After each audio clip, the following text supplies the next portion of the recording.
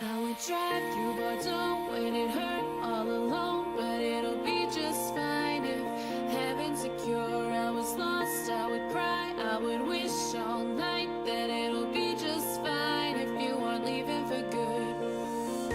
I could hear you on the radio playing when I was riding so stuck in Vegas. You said we could never be strong, but our hearts are golden and connected as one. Through lonely days, we got better, better as they came. We are electrolytes flowing, flowing in rain. We are electrolytes, electrolytes, taking your breath away.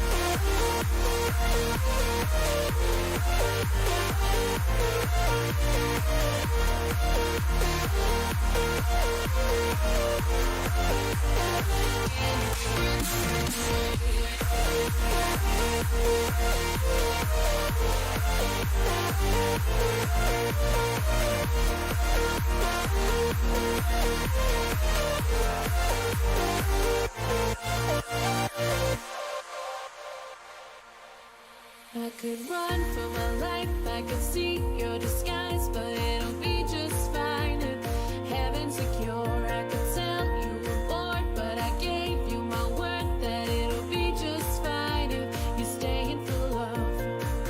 Through lonely days, we got better, better as they came. We are electrolytes glowing, glowing through the rain. We are electrolytes glowing, glowing in the rain. We are electrolytes, electrolytes, taking your breath away.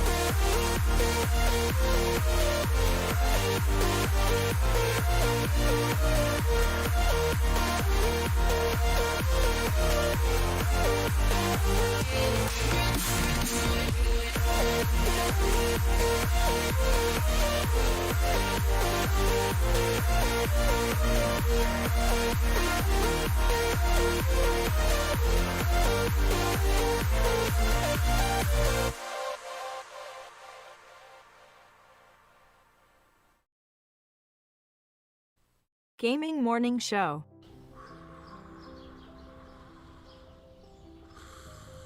Ah, the sounds of morning. Early in the morning, Birds singing. gotta feed the donkey. The sun peeking above the When you horizon. feed the donkey, The gentle nudge from your morning alarm clock. this is what he says.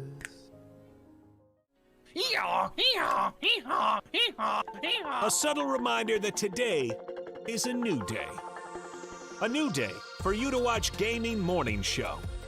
The show where you'll find science lessons. Says, when I bake bread, I give thousands of yeast organisms false hope by feeding them sugar before ruthlessly cooking them to death in an oven and eating their corpses. Wow. I thought you think were about bread a whole new way. I thought you were about to say orgasms for a second there. Did either of you ever have that happen when you were in like biology class and you're reading Have the an orgasm? text? I've never orgasmed during The biology text doesn't do that for you? It's like, oh yeah. Great deals. computers and accessories Wait, special bundle. Mike, they got the super chroma color in. Did you know they had that? You I know. overpaid for your computer. By a lot. I wonder if, do you think they price match? They might. Well, this is half off. Can you take a screenshot of this and try to get a store price match? And linguistic perfection. Is that like when I roll my R's? Do it again. Romance. Great. Romance. See, everyone. Romance. It's not a hiss. So let me hear your battle cry. Kiki. Oh! Kiki what? As we all charge into Gaming Morning Show. More like Kiki. Whoa, am I right? Now, if only I could find a way out of this box.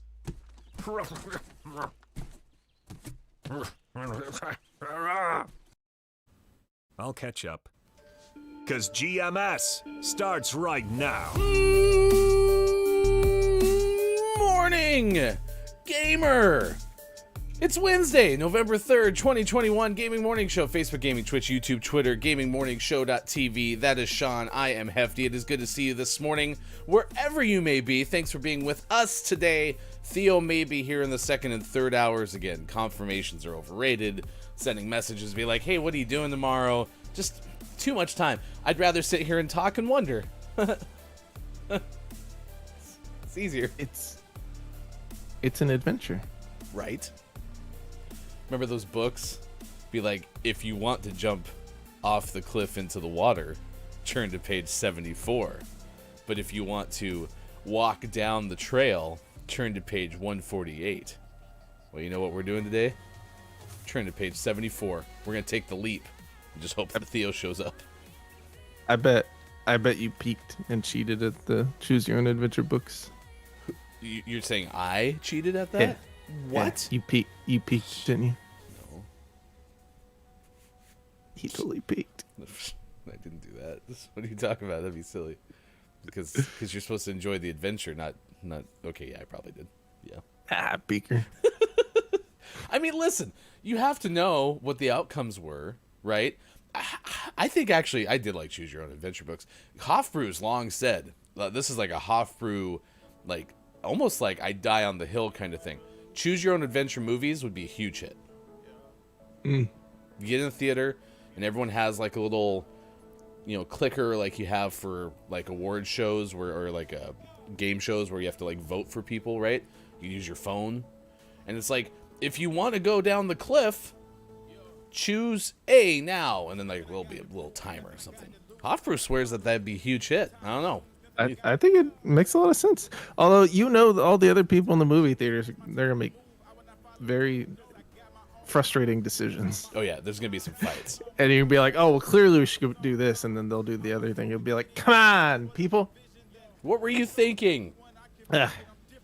Ugh. There were some games that I played in my year of like hardcore trophy hunting that were essentially like Choose Your Own Adventure movies like that. They were fun. Yeah, Black Mirror Bandersnatch was a CYOA show. Huh. Of course it was. K-Laugh would have that information, right? You're Just got to get the technology to do it in a movie theater with a bunch of people. It'd be fun. Scott Chick is here. Look, it's Mike. Oh, good moron to you. Kate Zaid hanging out with us as well. Downs was here saying, I need a GMS clock. It doesn't have a real time of day, just a countdown to your next show.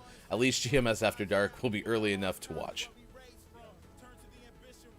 When we scheduled the start of GMS After Dark, like the 4:45 p.m. start time, it was specifically with you in mind, Downs. Because we're like, this is something that'll be perfect during that 1 week of daylight savings time. It was very calculated. Professor Ham, good moron too. I like that coffee emote. Ooh, a latte. Also, Austin Tech kind of here. Austin's not feeling great. It says have a migraine, can't keep the eyes open. I love you, okay, Lurk. Hope that you're doing okay or as good as you can. And then of course, Kiki is grabbing some food this morning and has to follow the golden rule. Remember, if you're getting food, you must show and tell when you come back. Speaking of which, today is a food topic. I'm very sorry, chat, but when it is National Sandwich Day, you can't help but make that topic of the day, right? I mean, come on. A good one. Who doesn't like some form of sandwich? And now, if you can't eat bread, that obviously makes it a little more challenging. But there's got to be like lettuce wraps or something, right? Yeah, lettuce wraps are still good. That's sandwich adjacent. Sandwich adjacent. I mean, there's got to be other things. I mean, you could even do like do you remember that like Carl's Jr. or maybe no, it's KFC. KFC came out with that sandwich that was the bread was 2 pieces of chicken. Yeah, that was a terrible idea. It was gross. A lot of fried chicken there. You could have just eaten them independently, and it would have been fun. That was called the double down. Of course, you have that, K-Laugh. You're so good at your job. So good. I like a good sandwich. I like hoagies. Like you'd get at like Jimmy John's or whatever. I like traditional sandwiches with 2 pieces of bread. I like warm sandwiches. I like cold sandwiches. I'm not picky when it comes to sandwiches, except, of course, the one rule, which is can't have any sauce on it. You have to eat your sandwich dry.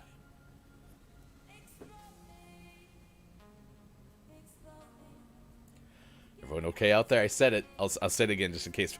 For those in the back, you have to have your sandwich dry.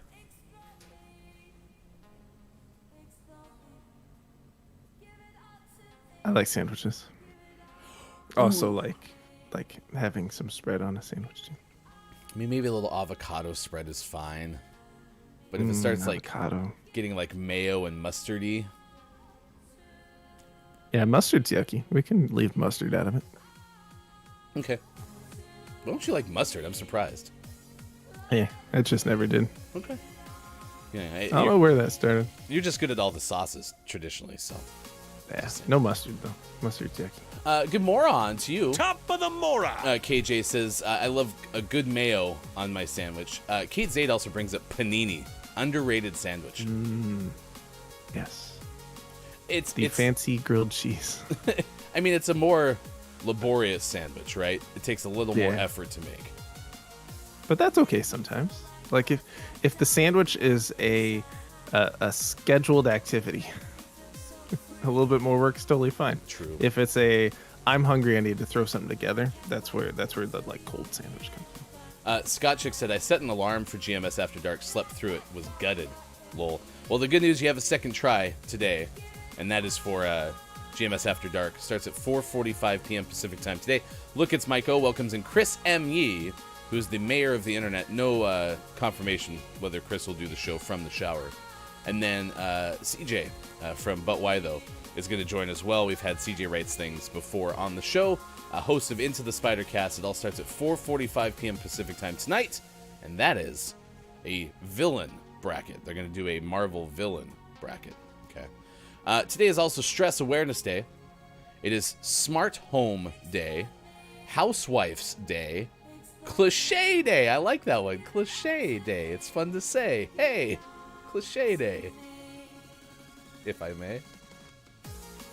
Why is it the ones that end in A the easiest to rhyme? It's a common end of word sound. Can we get a shirt that says common end of word sound, please? That'd be great. It is Jellyfish Day. Have you ever been stung by a jellyfish? No, but it terrifies me.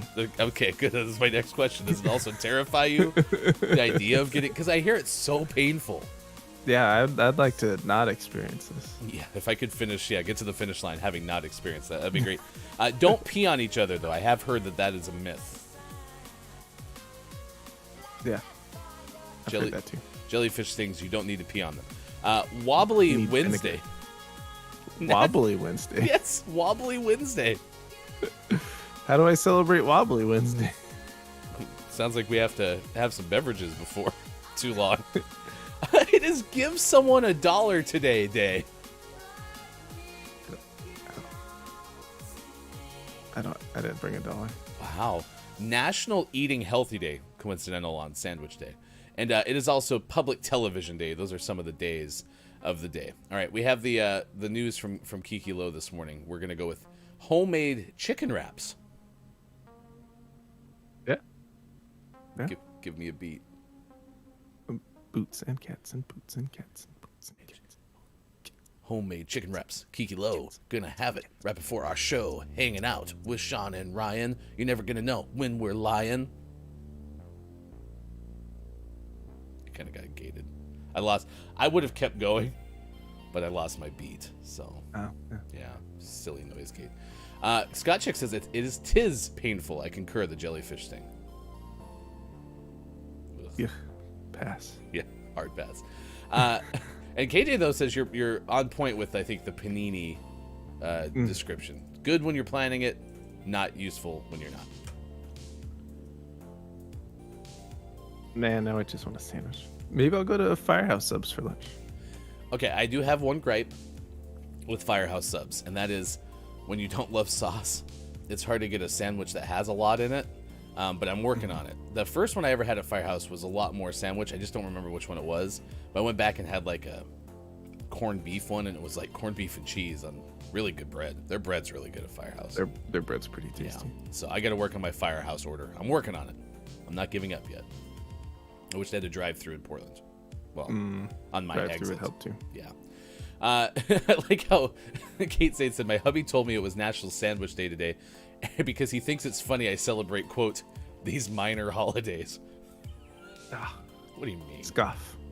Minor holidays. Scoff at your minor holidays. That's good. Hey, we got the Gaming Morning Show Morning Gaming News coming up very shortly. We also have birthdays this day in gaming history. If you have a birthday to celebrate with us, we would love to celebrate with you. Please let us know in the chat. Coming up, an alligator took a golf ball off a Mississippi golf course. We have that story for you. If you're looking for a monkey lost and loose in Tokyo, let us know. And, wow, Ben Hooper's on it today. These are all Ben Hooper stories. There's a loose llama escaping hours after capture. So it had been caught, and then it escaped again.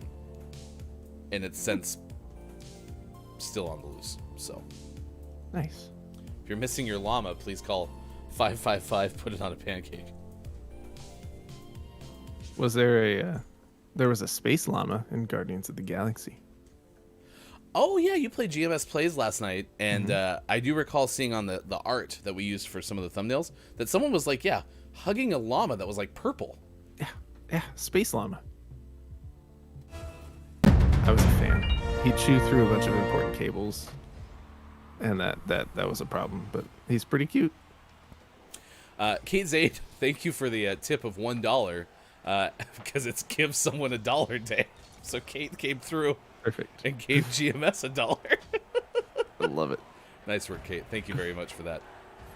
Also, I'm happy to report that the sound that usually plays before you hear the sound for the donation did not play in my headphones. Wow.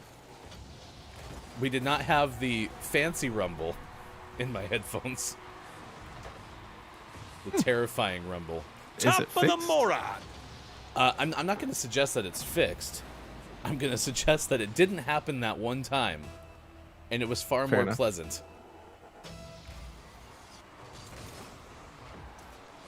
Good morning to you, Gabe Pride. Thank you for stopping by this edition of Gaming Morning Show.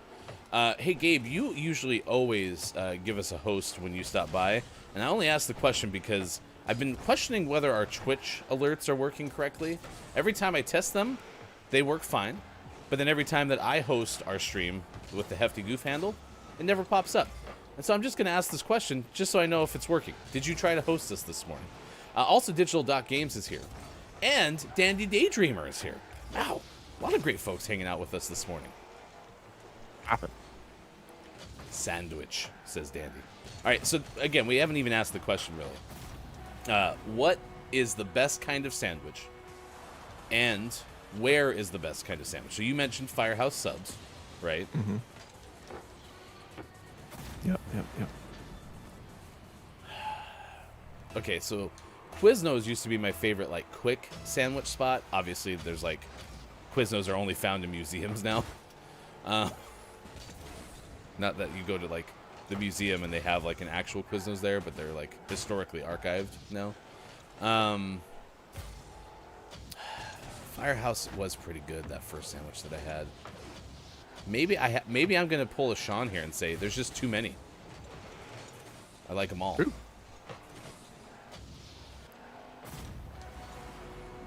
I think my favorite type of sandwich, to be honest with you, is like a pastrami and like Swiss on a croissant.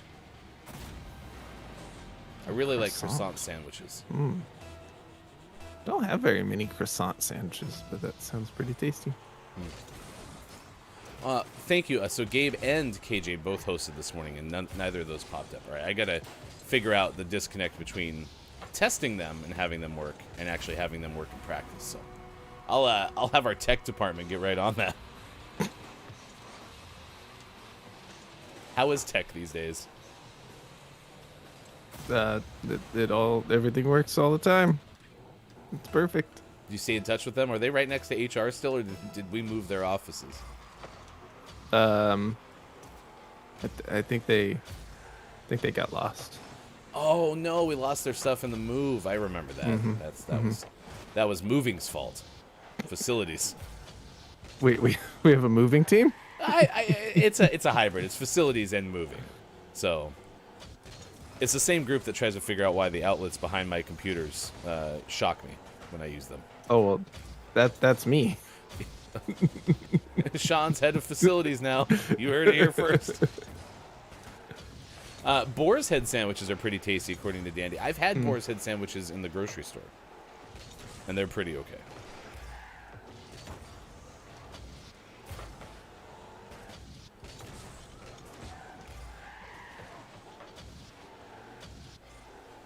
And then I eat a good amount of PB&J still, if I'm being honest with you. It just becomes easier to make than like any actual grown-up meal. So it's like, man, I'm hungry. What can I eat really quick? I'll have a peanut butter and jelly sandwich. And we have wheat bread, so it happens to be on wheat. I do enjoy a good grilled cheese. Do you like any meat in there, like a ham and cheese or something? No, not usually. I'm not opposed to it, but that's if I'm gonna make a grilled cheese, it's usually just a grilled cheese. Sometimes it's a fancy grilled cheese though. You can get some like nice like garlic white cheddar cheese and throw that in there. Talk to me. Maybe Talk to me, Sean. some tomato. If you get real fancy. And then don't forget just drenching it in sauce. Just sauce over just pour sauce all over the whole thing. Don't be gross. We don't need to be gross now. Come on now. I will dip it in a good tomato soup though. So Austin Attack 12 says best kind of sandwich is leftover Thanksgiving sandwich, which I did think that this was a good topic for this time of day, or time of year, excuse me. It could be good for the time of day as well, because we are almost to Thanksgiving, right? And a lot of people like making the sandwiches post-Thanksgiving meal, so.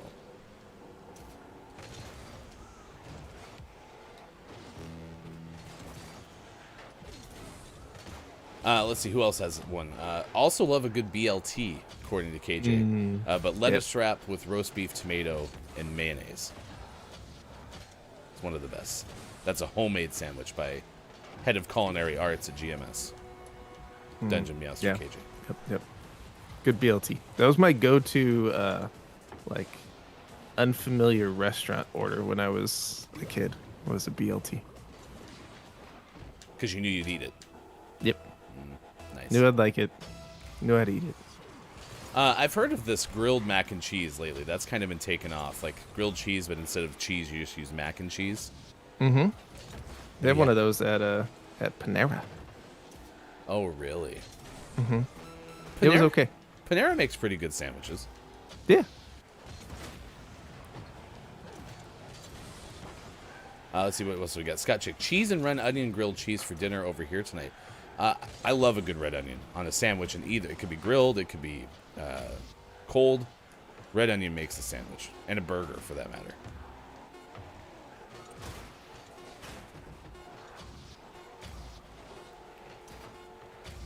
We got hammered there. That did not go well. No, it went less than ideal. But it is 6:26, and it did fit the framework of the show, and that's important. So, well, thank you for the host this morning, Gabe. Thank you so much, KJ, for the host. Anyone else who's been doing that on Twitch for, I don't know, roughly 2 months, thank you. We appreciate it. Because all the follows are coming through, but I don't know if they show up during the course of the show, so I got some tech to inspect. Like the tech. It's also 9:26 out east. It is 1 downs. It is 1:26. 1:26 for those in the UK. Lettuce tomato sandwiches are pretty okay too, according to Austin. Gabe says my new favorite sandwich is tomato sandwiches, especially because I grow tomatoes. Oh, listen, there are fruits and veggies, few fruits that taste better coming out of your own garden than tomatoes. True. Tomatoes are nuts. They're so much better. No, they're not. No, they're not. Tomatoes nuts. are wild. Oh yeah, wild tomatoes. Wild nuts. Because they grow outside. Calaf says, ever put a piece of toast in the middle of your PBJ, soft bread on the outside, a little bit of crunch? Love a good PB&J and T and J and P and B. Or P and PB. Wait, what? Okay. Calaf says, ever put a piece of toast in the middle of your PB&J, soft bread on the outside, a little bit of crunch. Love a good PB&J and T and J and PB. That sounds like that Pretty could be good. my beat. PB and J and T and J and PB and PB and J and T and P. No, it's too tough to say the PB at the end. Also, this is my favorite quote of the morning so far because remember how Calaf brought up double down? Mm-hmm. Calaf said, "I've eaten exactly one double down. It was about a half a double down too much. Yeah. There's a lot of chicken. I never tried one for that reason. That's what I thought would happen. Inspect the tech. Absolutely, Danny. We'll work on that. But we have to do this now. This is important. This is the thing we have to do because it is 28 past the hour. We're late. It's time to get the news. Here's hashtag video game expert Sean. Good morning. It is Wednesday, November 3rd, 2021, and this is your Gaming Morning Show Morning Gaming News. Relatively light day today, but the stars have aligned because Austin's here, and you'll find out why in just a moment. First, we have to talk about Niantic's Harry Potter Wizards Unite, which is an AR game in the style of Pokemon Go, and now they have Pikmin/Pimkin Bloom out available. These are all very similar AR games.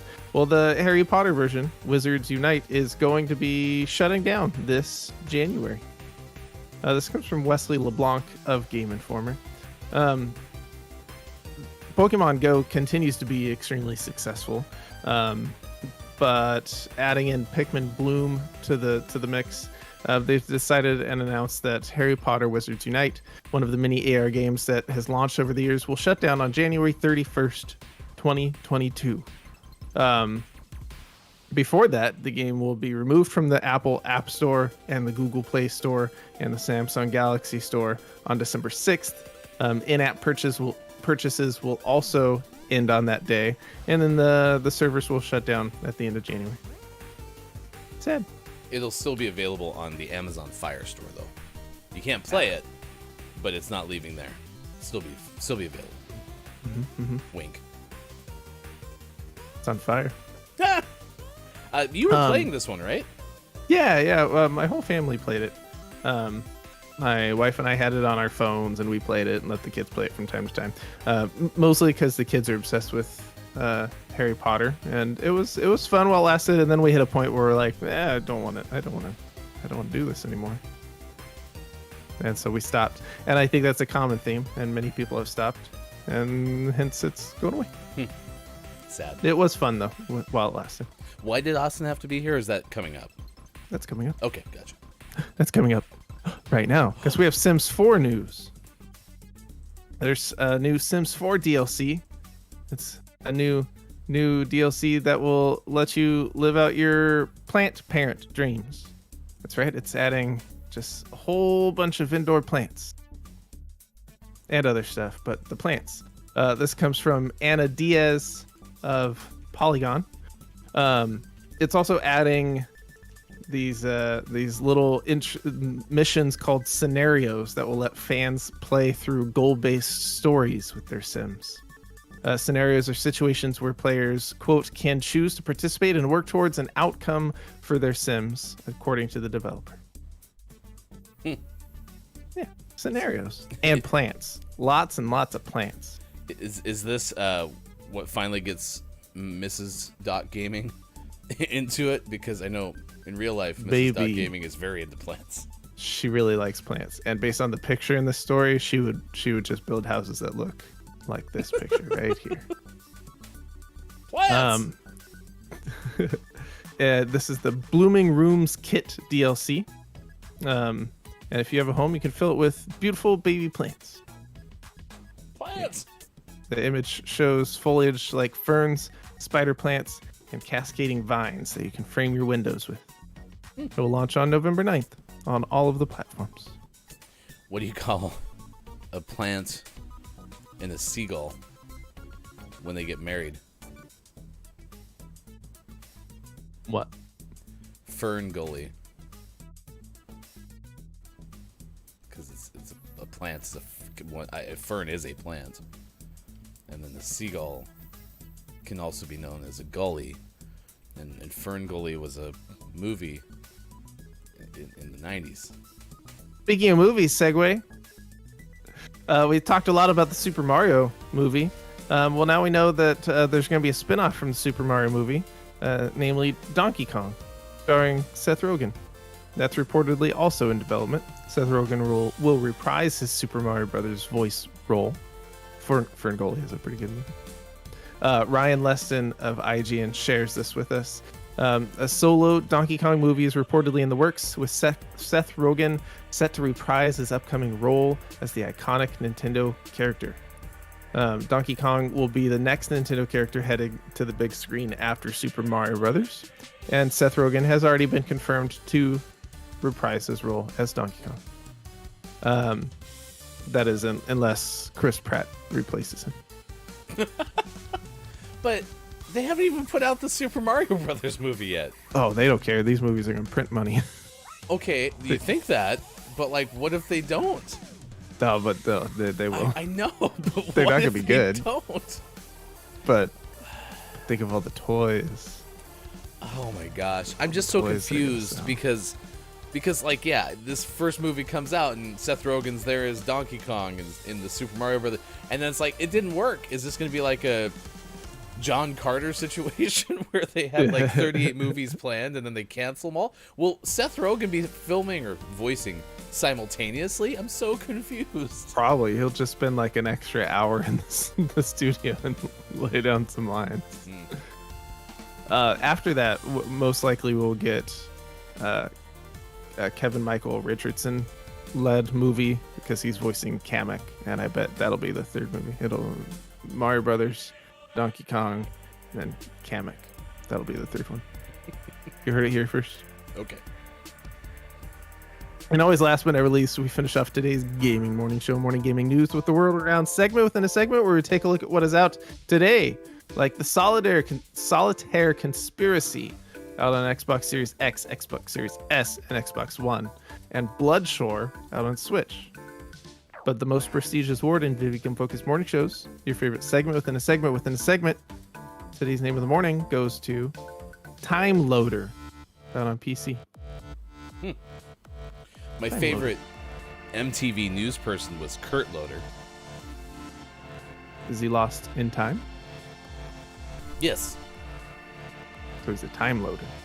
We haven't seen Kurt Loder since. Someone please check on the whereabouts of Kurt Loder. He's lost in time. Okay, thank you very much for finding it. K-Lab says, nice segue. It's actually funny you say that, because that is the bit that we rehearsed at Ferngully. What do you I think we did about 5-10 minutes before the show. We had that scripted out like 3 weeks ago. Nailed it, too. Mm-hmm. That was crisp, as they would say. Clean. As they would say. Congratulations to Time Kurt Loder, out today for PC. Will it be our name of the month? I don't know if anyone cares anymore, because I think we've kind of diminished the prestige of being name of the month because of our lack of putting out name of the month giveaways. I don't know, could we redeem ourselves? I mean, we could. It's never too late, right? Should we give them all away right now? I think of the infinite words of the Notebook, where it's not over. It still isn't over. And then we run over and start making out with name of the month in the rain. Yes. So that'd be how close we are to name of the month right there. But it's raining.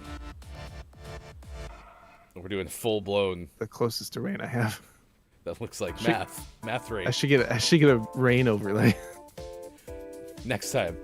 We rehearsed the segue. We didn't rehearse the rain bit. But if you missed any of it, find us on Twitter. Hashtag GMS name of the morning. And you too may be soon, someday, possibly a name of the month winner. So, you never know. KJ said, I always thought it was just a weird thing we said. That nothing real. That's true. KJ's never witnessed a name of the month giveaway.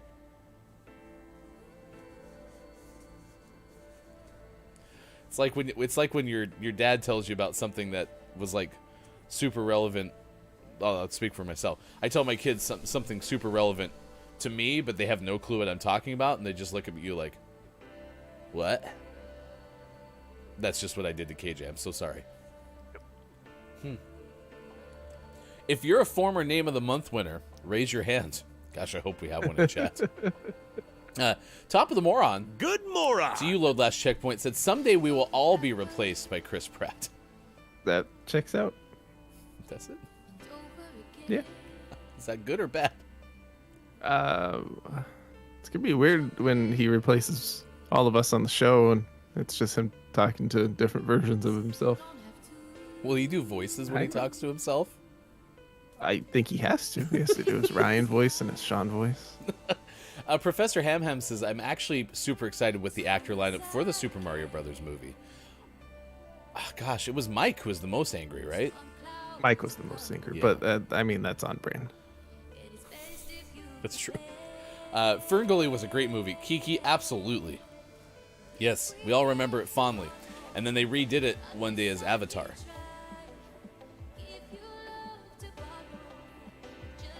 Did kind of redo it as Avatar, didn't they? Austin Attack 12 says, Bactus Rise. I'm guessing that means something about cacti for the bathrooms. Bactus.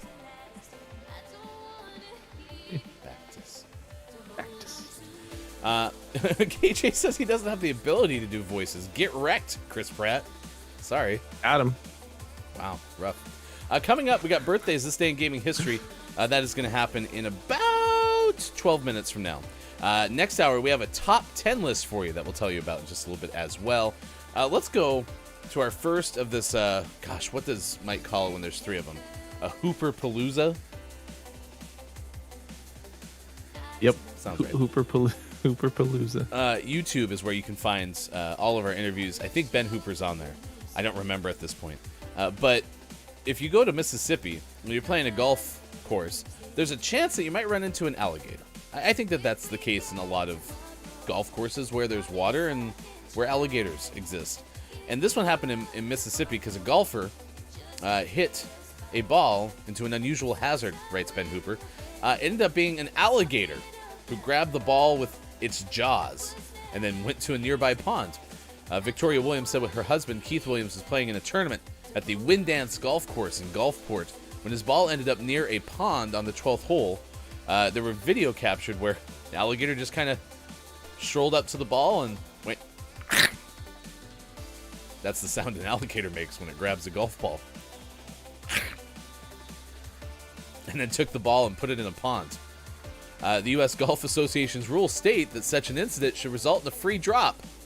Rule 16, quote, covers when and how the player may take free relief by playing a ball from a different place, such as when there is interference by an abnormal course condition or a dangerous animal condition, end quote, the rules state.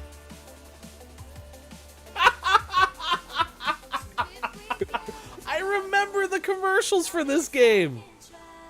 Oh, this isn't a video game. This was a, physical space game, a real game.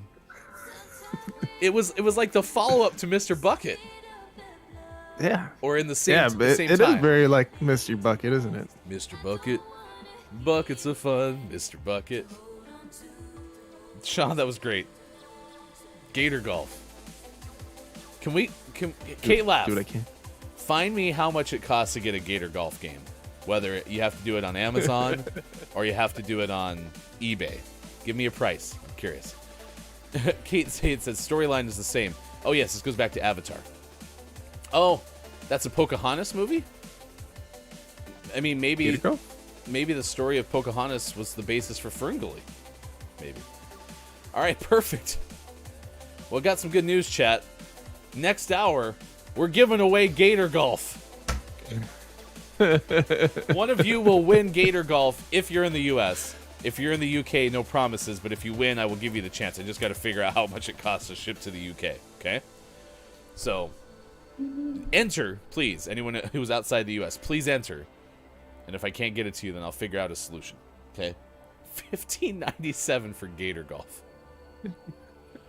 Here we go. Gator Golf giveaway. Next hour. I'll set it up. You might win. It is Stress Awareness Day, Smart Home Day, Housewife's Day, Cliche Day, Jellyfish Day, Wobbly Wednesday. Give someone $1 today day. Thank you, Kate Zaid. National Eating National Eating Healthy Day and Public Television Day. Those are the days of the day. I watch PBS. It's public television. PBS is good. It is. I don't watch as much PBS as PBS Kids. That's what happens when you're a dad. Here's some tidbits from daysoftheyear.com. Pastrami on rye? Yes, please. Mayonnaise as a sandwich dressing? No. You betcha. Slices of pickles? Bacon on just about anything? Of course. French fries or potato chips? Don't look so suspicious. French fry and potato chip sandwiches are delicious. There's a common known story about the history of the word sandwich, and it's attributed to John Montagu, the 4th Earl of Sandwich. One piece of that history has been tossed about as the meaning of the word sandwich and the town it comes from. Sandwich is a city in the Shire of Kent in England, in the United Kingdom, or in the UK. Originally, the word was spelled Sondwick. Sondwick. John Wick's brother. And then Sandwick, John Wick's cousin. And eventually, in the year 1086, as Sandwis. Yeah, you found it. It's coming. The name of town came from its purpose and its claim to fame because it was a market town. So what does sandwich actually mean? The exact definition is, quote, market town on sandy soil. There you go. Coming up on Saturday, it is Full Plate 2021. It is a fundraiser trying to get $40,000 for Player vs. Hunger. It starts at 9 a.m. Pacific time at twitch.tv/Kim Chica. Thanks to Innersloth and Twitch for matching $10,000 donations. They will match up to $10,000 worth of funds raised during Full Plate 2021. It is 3 days, 2 hours, 15 minutes, and 37 seconds away.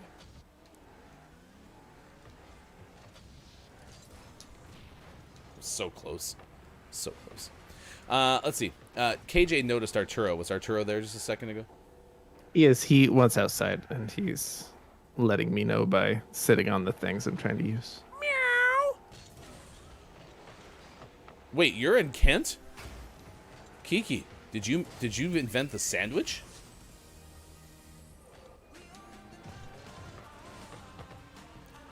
Or do you know John Wick's cousin, Sandwick? That's a good one. Some things you can try on National Sandwich Day is you can make and enjoy a sandwich, or several, if you'd like. You could try out a new type of sandwich. Okay. Or you can enjoy a sandwich at work. Do you remember sandwich bars? Like you go and they'd have selections of breads and then like selections of fillings, and then you can make your own sandwich, like at the lunchroom. Like Subway? Yeah, but it was like a self-serve. Like a sandwich platter? Yeah, that's true. They're usually more platters. I wonder if we'll ever see those again. Yeah. Food at work's difficult right now. Oh, for the tech department, there's a... I couldn't get to it. There's a command request. Ooh, command request. We can handle that. Command request.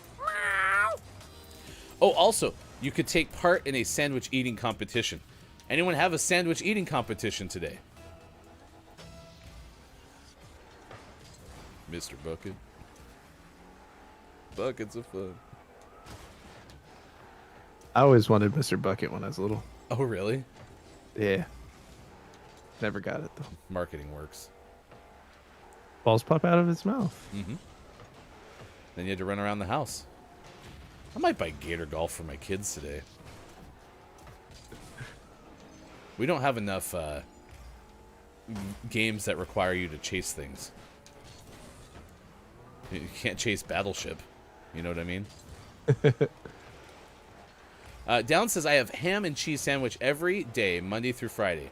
I'm Mark Zuckerberg. My lunch, so I don't waste time choosing every day. I actually love philosophies like that. Like the one that I want to do is I just want to do the thing where you wear the same exact thing every day. Which I guess, if you watch the show, I pretty much kind of have done a version of that, haven't I? Pretty much. Which backwards hat shall I wear today? It's a mystery. Are we going to score a goal today? We scored one. Oh, that's true. Doesn't feel like it. Mr. Bucket. I just want to ask Bob to say Mr. Bucket. Can you have him sing the whole Mr. Bucket I'm jingle? sure we can.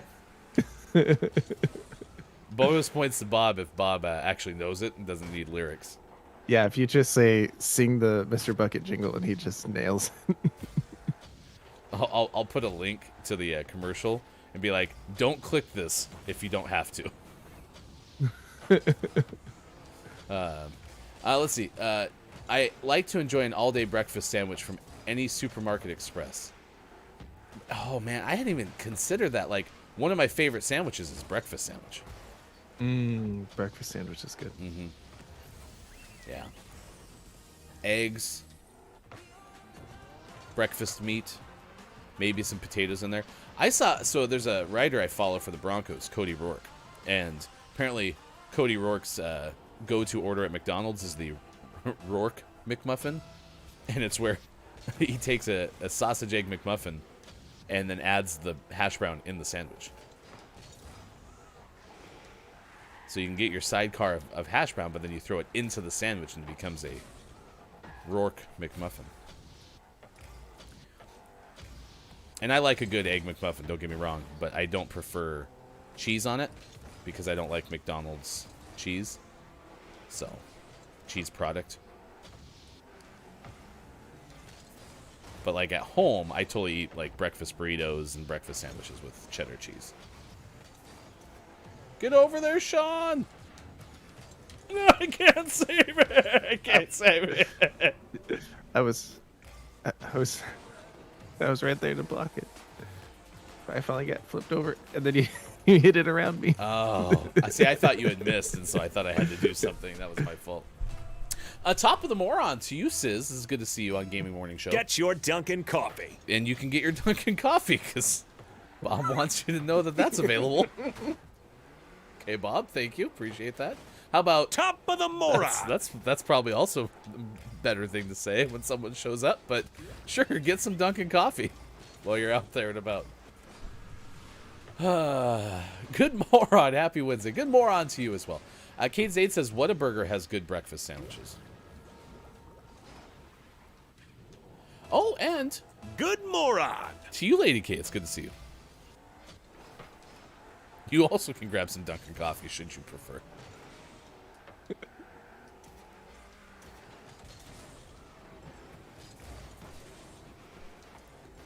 Oh, KJ asked what Mr. Bucket is. Oh, just YouTube it. Balls pop out of his mouth. Oh, isn't that part of the song? Yeah. Balls pop out of his mouth. Something like that, right? Mm-hmm. Did you want it just because of the theme song? I think so. I have no interest in actually playing the game. So all we need to get Sean for Sean's birthday tomorrow, since, you know, Sean's birthday is almost every day, is just a Mr. Bucket jingle that Sean can take with him everywhere. We can put on a keychain or something. Also, I'm sure had I gotten Mr. Bucket as a child, I just would have been disappointed because it didn't play the song. Oh, that'd be a good YouTube video, is to find a way to make it play the song whilst it works. It's raining. Sean's been Subtle busy. rain. It's not working. I don't know why. I think I got it though. It looks pretty good. Yeah. I feel really wet because of the rain. We got birthdays this day in gaming history coming up next. We live in Oregon, and you choose to have rain on the inside now. Sis says the honey butter chicken biscuit is where it's at. Is that at Dunkin'? Tried to make this a game, didn't we? Yeah, we did. Down says balls pop out of his mouth. How did they get in there in the first place? Oh, well, all the kids would go and put them into Mr. Bucket's mouth. And then from the top of Mr. Bucket, they would shoot out, and then the kids would go grab all of the balls and then put them back into Mr. Bucket's mouth. Did I have that right? Or through the top of Mr. Bucket? I only know the song. Not sure how the actual game works. Yeah, I think it is. So you put them into Mr. Bucket, and then Mr. Bucket would shove them. So you did not put the balls into Mr. Bucket's mouth. You put them through the top. Don't put balls in his mouth. Correct. The balls come out of his mouth. That's correct. Yes. It's like a one-way orifice. It's true. 6:53 West Coast, 9:53 out of the East. It is 1:53 for those watching GMS in the afternoon. Next hour, police are hunting for a loose monkey in Tokyo. We'll tell you that story. Also, top 10 most popular sandwiches in America.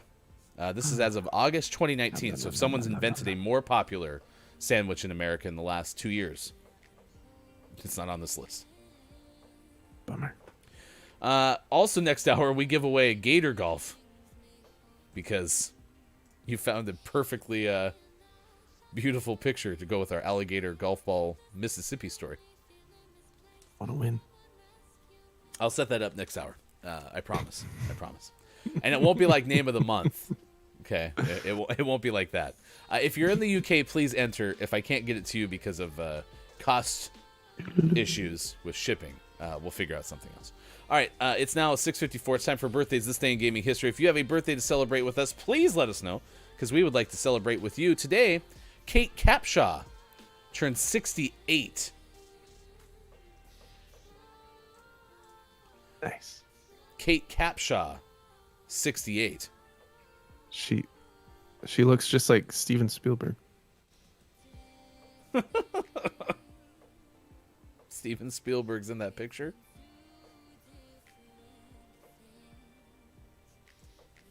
My list is still pulling up. I'm going to be completely honest with you. It'll be back. Hurry. Dennis Miller is also 68. Ooh, Dennis Miller once was the broadcaster for Monday Night Football. One of them. Fun fact, spent several seasons as part of the broadcast team for Monday Night Football. Also, another underrated moment for Dennis Miller. 1994's The Net, starring Sandra Bullock. Dennis Miller played Sandra Bullock's best friend. I think ex-boyfriend, actually. Yeah. Ends up getting killed. Spoilers. Ends up getting killed because of a changed out drug at the hospital. Because someone hacked the internet and changed what drug the person was getting. So. Spoiler tease! You know, Socrates' brother. Kind of a jerk.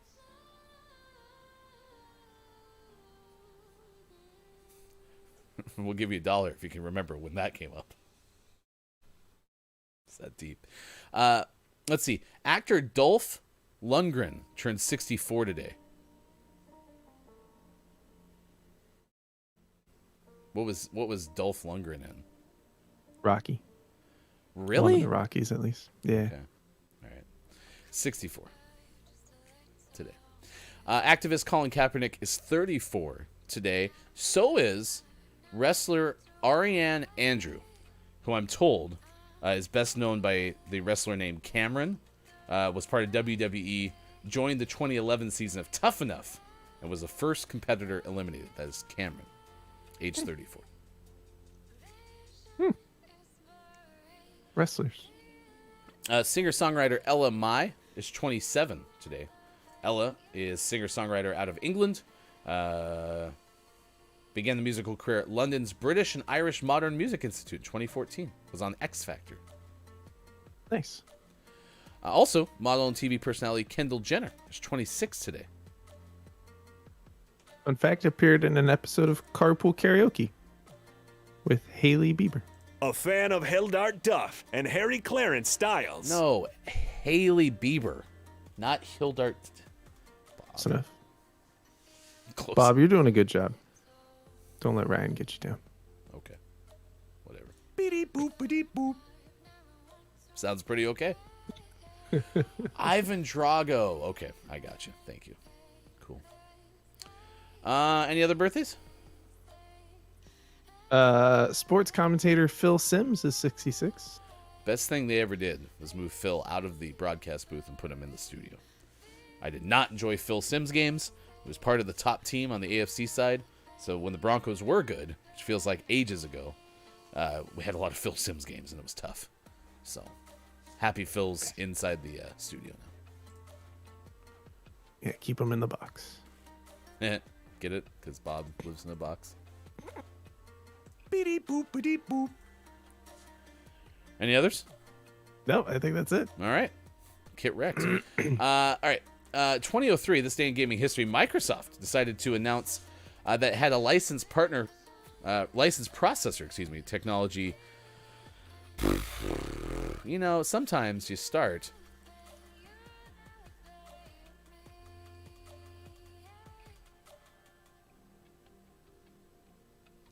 Can I get a rewind, please? Didn't I just do it? Oh, man. Is it not coming through? No. Huh. All right, manual. In 2003, Microsoft announces it has licensed processor technology from IBM. Maybe the sentence just sucks and it's not me. Chipset technology and silicon integrated systems for use in its next video. Yeah, I think it's the sentence. It's not me. 2004, Nintendo began taking orders for Nintendo DS on internet shopping sites. I wonder if this internet selling will take off. It got 2 million orders during the day. Most sites are closed and not taking any further orders. Wow, it sounds a lot like the PS5. You seem perplexed. I don't know why the sound's not working. It's right. If I'm being honest with you, Bob got completely wiped out yesterday. I opened up the Bob box, and only about 10% of Bob was there.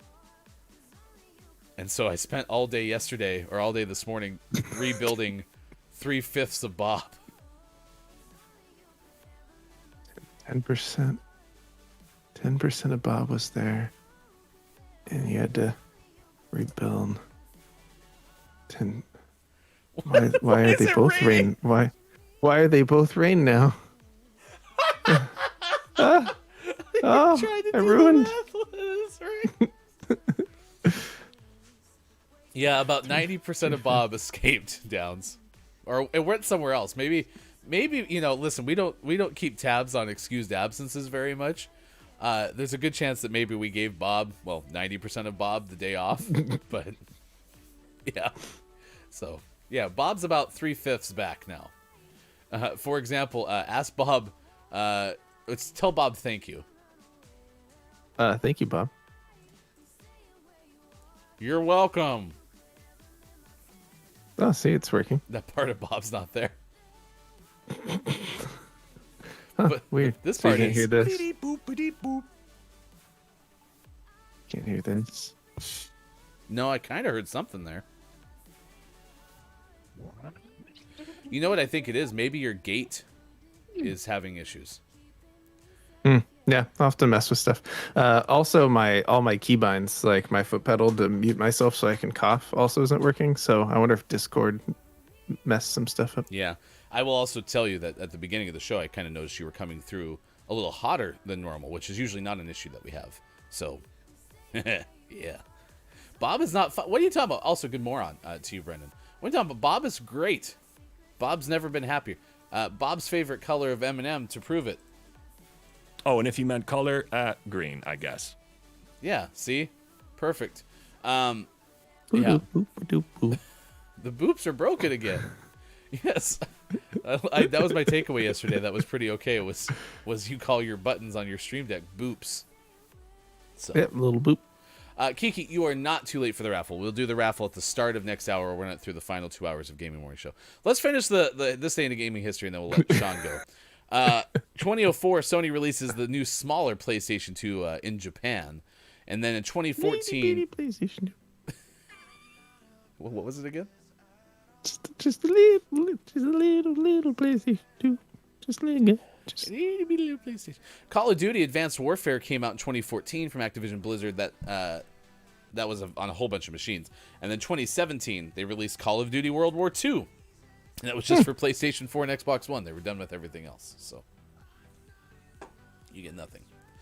Nice. Yeah, and Brendan's right. We heard the rewind when you were just messing with stuff. At the very end, it was very soft, though. It was tough to hear. So, okay. Well, I hope you don't get stuck in the rain all day. That would be too bad. I missed the math. The math was good. KJ, Sean, you came in hot, got wet, and had broken boops. We'll miss you for hour number 2. All right. Everyone say goodbye to Sean. Thank you for the $1 again, Kate Zaid, on Give Someone $1 Today Day. We'll tell you all the days of the day. We're going to talk more sandwiches in the next hour, and Miss Theo might even be here. Who knows? We'll figure it out. It's Gaming Morning Show, and it is Wednesday.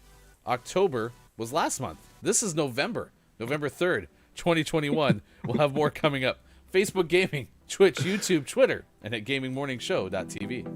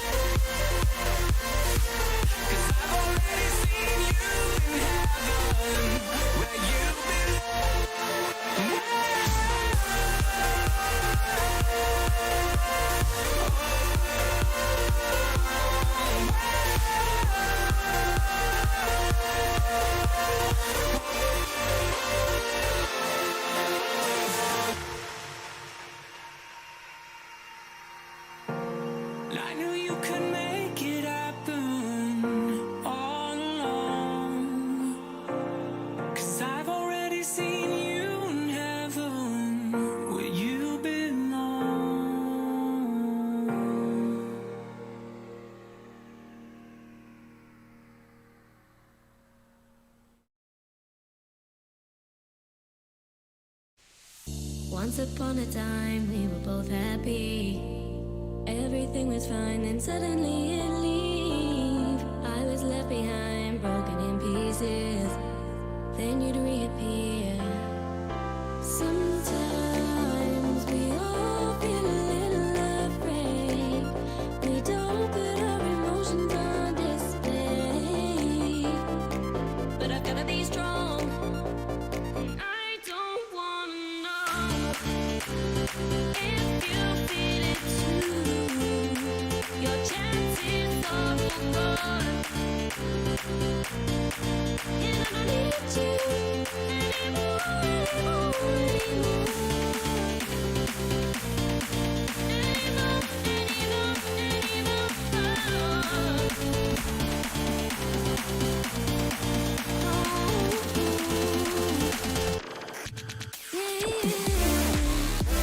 A fan of Hildart Duck and Harry Clarence Styles. Coming up on Gaming Morning Show. List of the day and sports. Find GMS on Facebook Gaming, Twitch, YouTube, and GamingMorningshow.tv. Time for hour number 2. Right now. Morning, gamer. It's Wednesday, November 3rd, 2021. Thanks for being here. Facebook Gaming, Twitch, YouTube, Twitter, and a GamingMorningshow.tv exclamation point raffle right now. Type it and you could win Gator Golf, because we decided that's what we're doing today. That is Theo on the left side of your screen. I am Hefty Goof. It is good to see you on Facebook Gaming, Twitch, YouTube, Twitter, and at GamingMorningshow.tv. Good morning to you, Theo. Good moron. You sound so chipper today. Good morning, everybody. So What's do you up? remember the game Mr. Bucket? No. Okay, so this was a TV commercial when we were kids way back when. And the theme song was Mr. Bucket. Balls pop out of his mouth, Mr. Bucket. Nope. So, so we learned this in the first hour. If you're starting with your takeaways that were pretty okay, the mouth was the one-way orifice. You did not put balls into Mr. Bucket's mouth. You put them into the top of Mr. Bucket, and then Mr. Bucket in turn would pop the balls out of his mouth, and then your kids would run around and grab the balls and put them back in Mr. Bucket. Okay. Okay. But we got to there because an alligator in Mississippi had eaten someone's golf ball during the course of a tournament, which is, according to the U.S. Golf Association, a free drop. You don't have to go retrieve the golf ball out of the animal's mouth. That's fair. Yeah, I thought so. It turns out that that's the case. And then Sean found a picture of Gator Golf, which was a Mr. Bucket-esque kids game. And so we're giving away Gator Golf today. Nice. So Love it. if you never got a chance to play Mr. Bucket as a kid, you may be able to leave today with a Gator Golf. So, how's your day? Oh, I mean, since I woke up 30 minutes ago, it's good so far. Is that good or bad? No, it's good. It was definitely a struggle. I only pressed snooze once. But you know, you like sometimes you wake up like an hour and a half before your alarm goes off, so then you're kind of like half awake the whole time. Because like you know you have to get up. No. It doesn't happen to me too But much. Yeah, because you only have 4 hours of sleep every night, anyways. No, I actually I get at least 6-ish.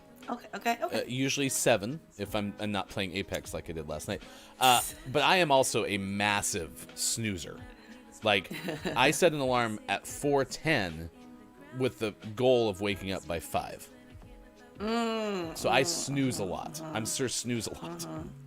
And do you feel like, I know they say that like snoozing actually makes you more tired, but do you feel that?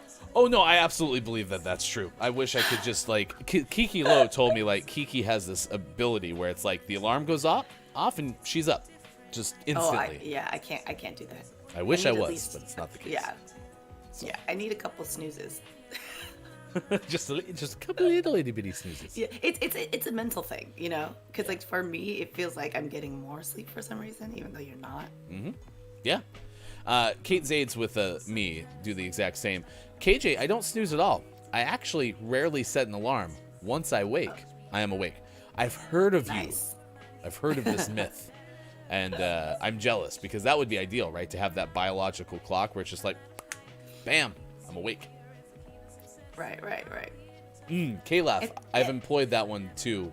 K-Laugh says, total opposite. Alarm is across the room, so I have to get out of bed and turn it off. I do that when there's flights involved. Oh, yeah. Mm-hmm. Oh, that's the worst when you miss a flight. Oh. How many flights have you missed? Only, actually, one or two, but Okay. one that really mattered once was for a wedding. I was shooting an event out in Denver. But I had just been like working so much, running myself to the ground, and I just didn't get my times right, my time zones right. Oh my God, I felt so stupid.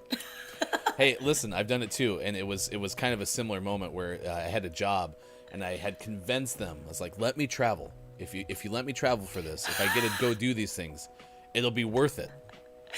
And that was the first flight I missed. Not because I overslept or anything. It's because I took too long just making sure I had everything that I needed for doing all the media that I was going to do while I was there. And I was packing extra cameras and stuff. And then I got to the airport in Portland, and I looked at the lines, and I was like, I don't remember ever seeing it this bad. And then I was starting to worry. You know how they shut the doors like 10 minutes before the flight departs? Yeah. I probably got to the counter 9 minutes. So I had just missed it like by a minute.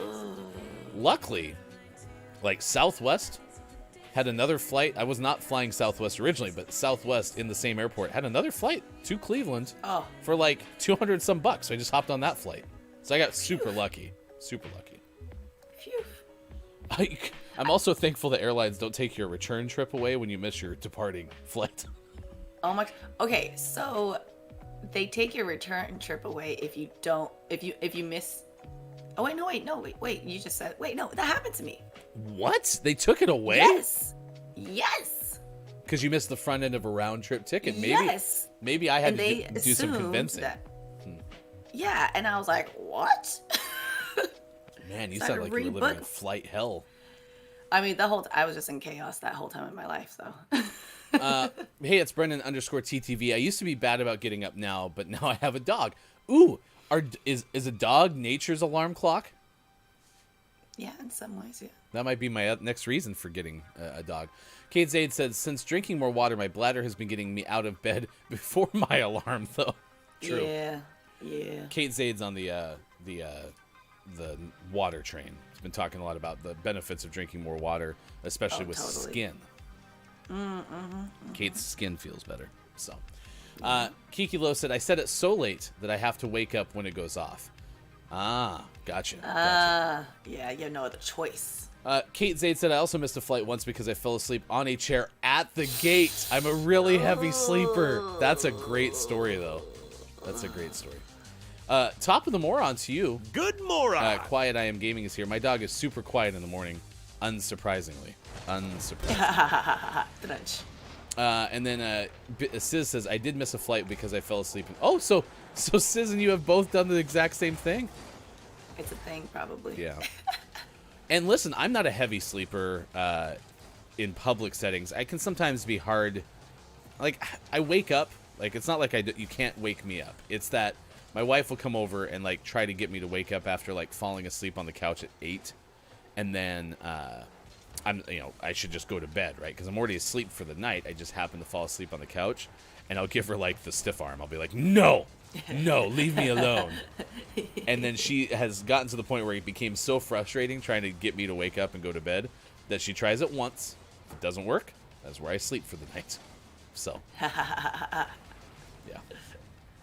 That's true, because you don't know any better, right? Right. You're passed out. You're passed out. So. I got stuff to do. So, we do not have birthdays coming up. We have listed the day. We're going to tell you the most popular sandwiches in America as ranked by EatThis.com.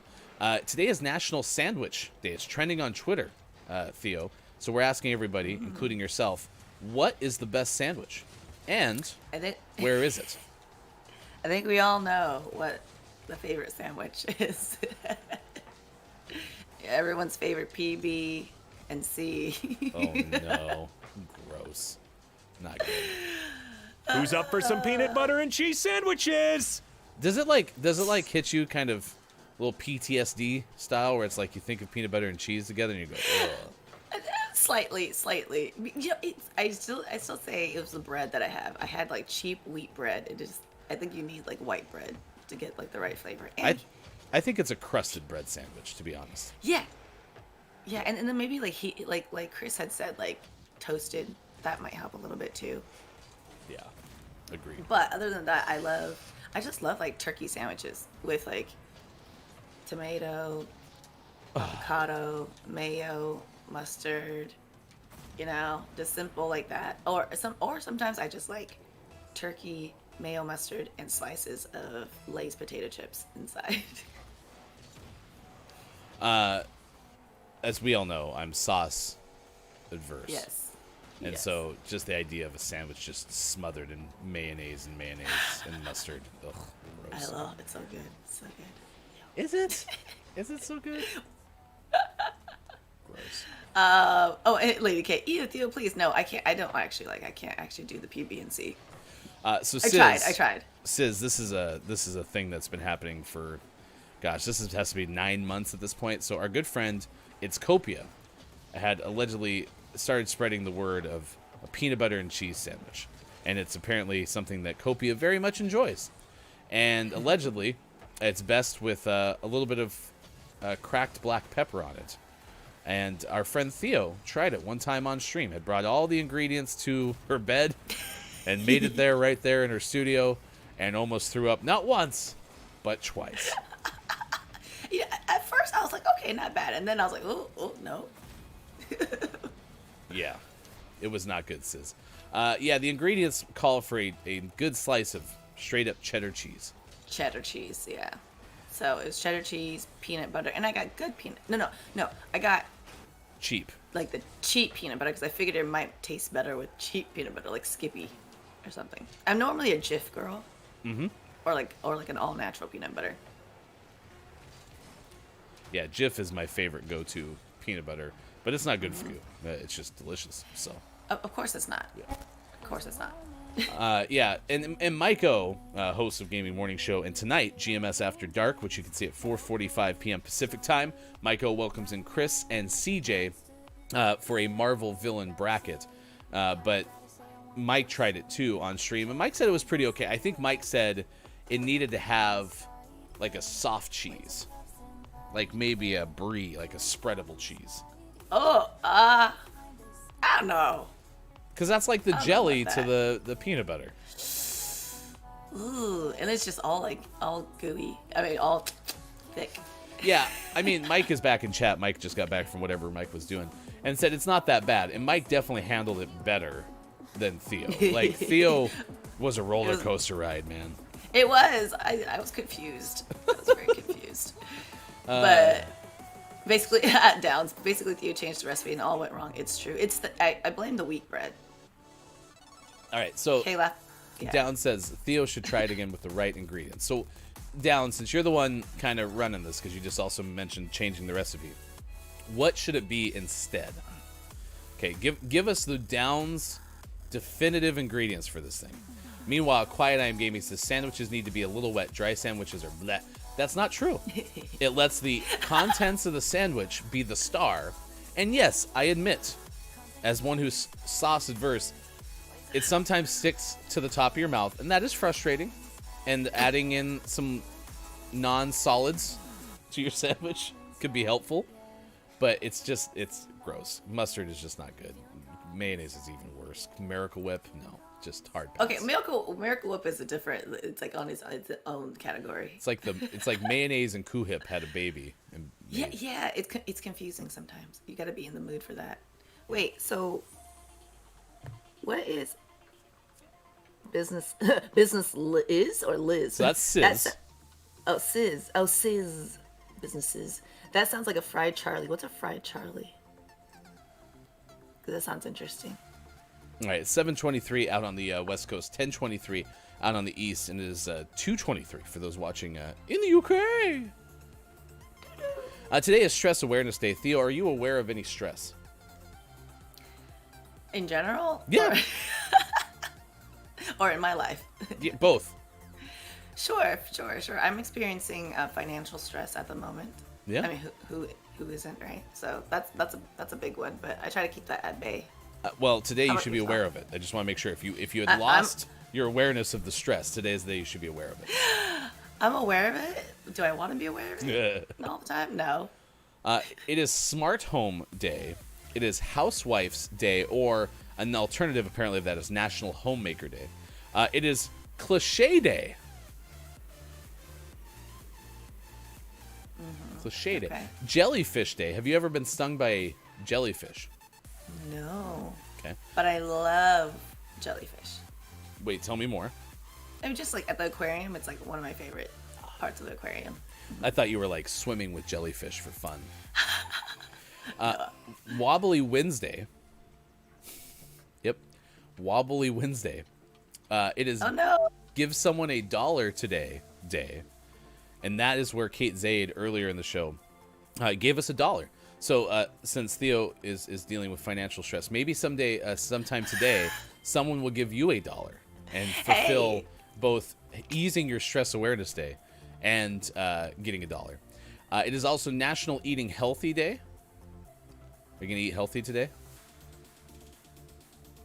We'll see. Maybe. And it is Public Television Day. Now, Cops originated as a public TV show, and then it was purchased by Fox. That's not true. But what is true is our good friend Lucas Miko just got pulled over. So, Mike, let us know the story in just a little bit. Have you ever been pulled over? Have I been pulled over? When I think about it, I guess if I have to think about it, maybe I haven't. I've been pulled over, a handful of times, but my two only tickets I've ever gotten for speeding were in school zones. School zones became like this bane of my existence because I had gone the first probably 28 years of my life, never had a speeding ticket. And then I was hustling to get radio equipment for a remote that we were doing, and I ran through a speed zone or a school zone during a trap. They had 3 motorcycle cops doing a emphasis on that particular school zone that day. Totally got nailed. Yeah, it was rough. And then I went through a section of where I live now that I usually go through at like 5 in the morning. I went through it at like 8:30 when it was a school zone and got hit with another one. But I still like my statement of I've never been given a ticket on the highway. So get wrecked. All right, we're gonna talk more to you, chat, in just a second. Right now, it's time for Megan DeMaria writing an article from August 2019 on EatThis.com. These are the most popular sandwiches in America, and basically their methodology here was they surveyed over 1,200 people between a 4-day span, and they basically said, "Hey, how do you feel about these sandwiches on a scale of really like to really dislike?" And that's kind of how they came up with this list. Now, there are lists on here like the Reuben, or sandwiches on here like the Reuben, the French dip, a meatball sub, egg salad sandwich, and tuna. But we start with number 10. 0. Which is the pulled pork sandwich. Everyone likes their pork pulled. 65% said this is pretty okay. I don't like a lot of barbecue sauce on a pulled pork sandwich. Surprisingly, right? Ugh.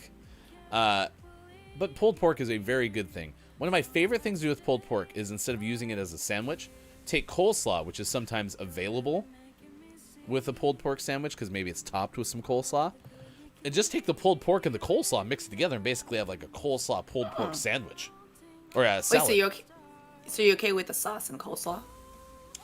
No. Shoot, what did we call it the other day? Gosh, I can't remember. I'll have to look at the production notes, but we had a we had a term for coleslaw because it had to be lightly sauced coleslaw. Got it. It can't be swimming in sauce, whatever it would be. I'm gonna look it up while you do number 9. 9. Okay. Number 9. Peanut butter jelly time. Peanut butter jelly time. Peanut butter jelly time. Peanut butter jelly time. Peanut butter jelly. Anybody? No, okay. Peanut butter, you guessed it, is peanut butter and jelly. Lunchbox Classic made the top 10 with a 66% likability scale score. We have to imagine the other 44% of respondents don't like peanut butter, which is fair. For one reason or another, this pick brings back major nostalgia feelings. Yeah, good old PB&J. That's my go-to sandwich. Yes, K-Laugh. Yes, you remember. It's not called coleslaw. It's called moist cabbage. Oh my god. Please put that in production notes so I don't forget it again. Yes, I like my pulled pork with some moist cabbage. Ooh, that It's- sounds soppy. Because have you ever had KFC's coleslaw? Yeah, It's a little bit too. it's wet. Yeah, it's too wet. It needs to just be moist. A little damp. Doesn't need to be damp. 8, Yeah, Brendan, you did hear me correctly. That was a sign, a T-shirt you could buy at a pulled pork place in Denver. Was every person likes their pork pulled. So, bacon is number 8 on this list. A bacon sandwich? No. What? No, It's bacon- Just a bacon sandwich. Yeah, it can't be a bacon sandwich. It can be bacon added on to almost every sandwich, but like Yeah. a bacon sandwich by itself is not good.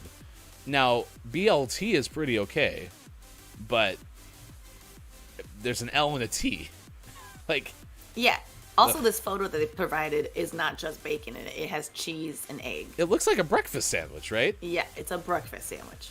Number 8 is just wrong. nope, Not gonna. I'm just pretend 8 didn't exist, and we're gonna promote number 11, which was tuna, Oh, to number 8. Does that sound like a reasonable? yeah. Change? You know, I like tuna sandwiches if the tuna salad part is made well.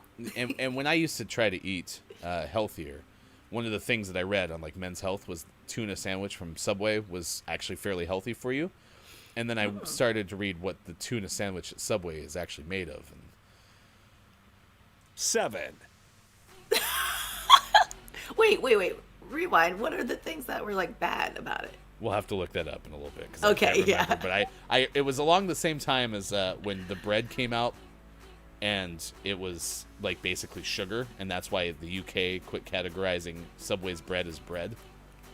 Really? So I'll work on that. K-Laugh, work on that. Research tuna, Subway.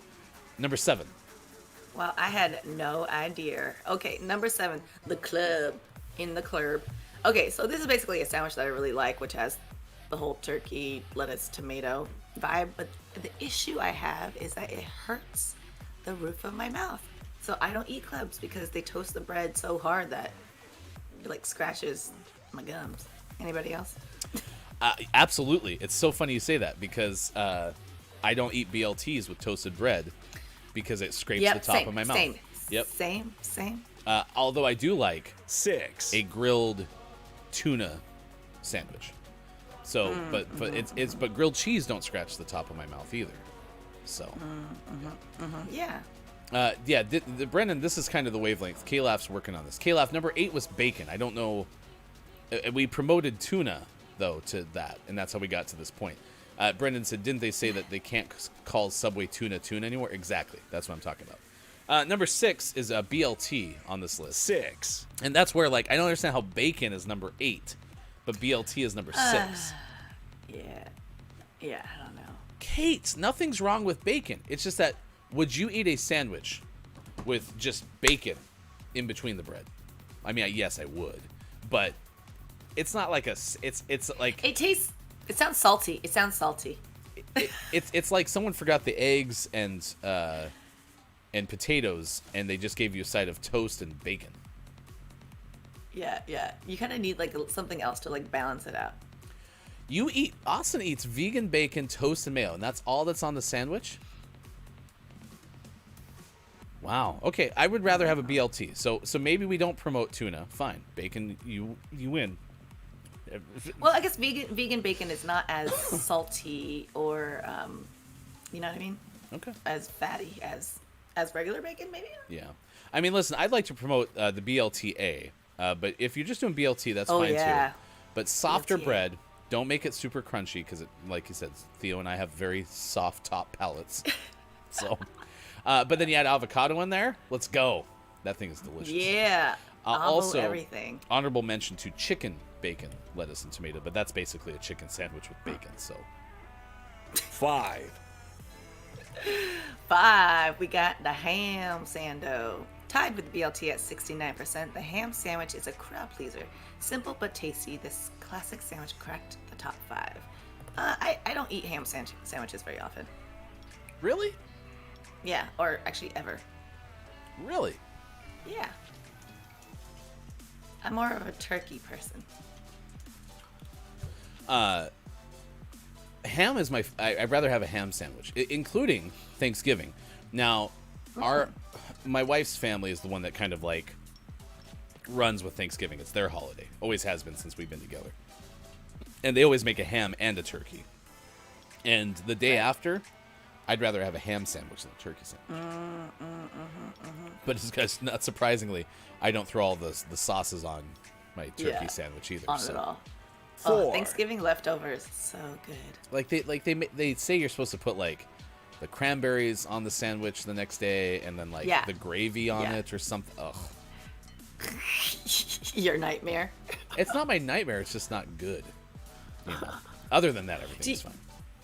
Tangent and side note: do you remember the commercial about bullying back when we were younger? And the kid calls the person like, "You're a chicken," and the other kid goes, "I'm not a chicken. You're a turkey." No. That sounds very discordable, though. If you have a chance to do that, that would be awesome. Yeah, I'll look it up. All right. 4. Okay, sorry. Roast beef. This is me, right? I'm evens. Yeah, that's you. Roast beef. I like roast beef sandwiches a ton. Honorable mention for roast beef adjacent pastrami, also on this, in my opinion. But yeah, roast beef sandwich is one of the best uses of roast beef. I am so sorry, but I have started going to Arby's again. Hey, I'm into Arby's roast beef again, and oof, I graduated from that. Thought it was over, but nope. It's like The Notebook. You thought it was over, but it still isn't over.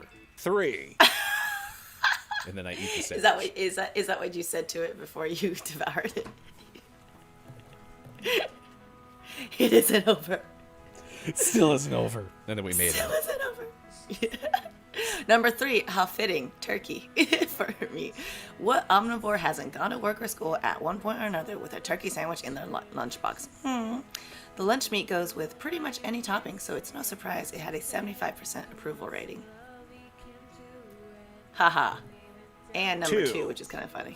I actually looked ahead. I thought I didn't see chicken. And you know why? Because this is listed as grilled chicken. And so I only looked at the first letter of each of the first words. And I was like, oh, there's no chicken on here. But this is grilled chicken. It's number 2. Grilled chicken sandwiches are fine. Underrated, Wendy's grilled chicken sandwich. Because it comes with, like, fancy lettuce. It's like the red leaf lettuce or whatever. Oh. And it's got a good seasoning to it. Grilled chicken always looks gross from a fast food restaurant. I just want to be completely honest with you. It never looks appetizing, ever. Yeah. But it's better for you, and it's probably fine. Anyway, grilled chicken does not deserve to be number 2 on the sandwich list. But this is from eatthis.com, which I think is like a health food thing. So maybe the respondents were like, hey, I like to be healthier, so I eat grilled chicken sandwiches instead of, others. 1. Number 1, grilled cheese. If the thought of a grilled cheese sandwich makes your mouth water, yes it does, you're in good company. According to the YouGov survey, grilled cheese tops the list of the most popular sandwiches in America. Well, why not, right? It's easy and it's delicious. The ultimate comfort food, grilled cheese won the hearts of 79% of respondents. Whether you eat it alone or with a cup of soup, its simple delight is unmatched. Yeah, cup of soup. I love tomato soup with some grilled cheese. How about you? Do you like grilled cheese? Keep easy on me, chat. Grilled cheese is fine. It's not like I don't crave it, but I cannot stand tomato soup. Yeah, I can see how you wouldn't like that. As a soup. But what I do with I prefer grilled tuna. Dip it into the soup, and that's fine. But it's fine by itself, too. So just take it easy on me, chat. Brendan says, one of the keys to an amazing grilled cheese, butter on the inside of your bread and mayo on the outside. Trust me on this. Whoa. I have not tried that. Ryan considers cheese to be a melted sauce, says Brendan. No, that's not true. But well, yeah. Wait, can you do like nacho cheese sauce? No. Have you ever seen how nacho cheese sauce is put into this world? I don't want to. I don't want to know. Maybe this is where it all started. 7th grade, working the concession stand at the high school basketball, and they had me replace the nacho cheese sauce. The bag of sauce. Oh, it starts as a solid, and then it works its way to whatever you eat it as. It's like Velveeta. It's Velveeta. Oh, no. Velveeta's so gross, too. I love it. Yeah, Austin, it's definitely a gross and good type. And good. Yes, it is. Austin also said grilled cheese is okay, but not number 1. Brendan, turkey is number 3? Turkey is a C tier 3? sandwich. Man, turkey, not a big turkey group here. C tier. Lady K said, I don't count as an omnivore being a vampire, but I have never taken a turkey sandwich to work or school. Listen, I like turkey that comes from, like, the deli section. Like, sliced turkey. It's fine. Yeah.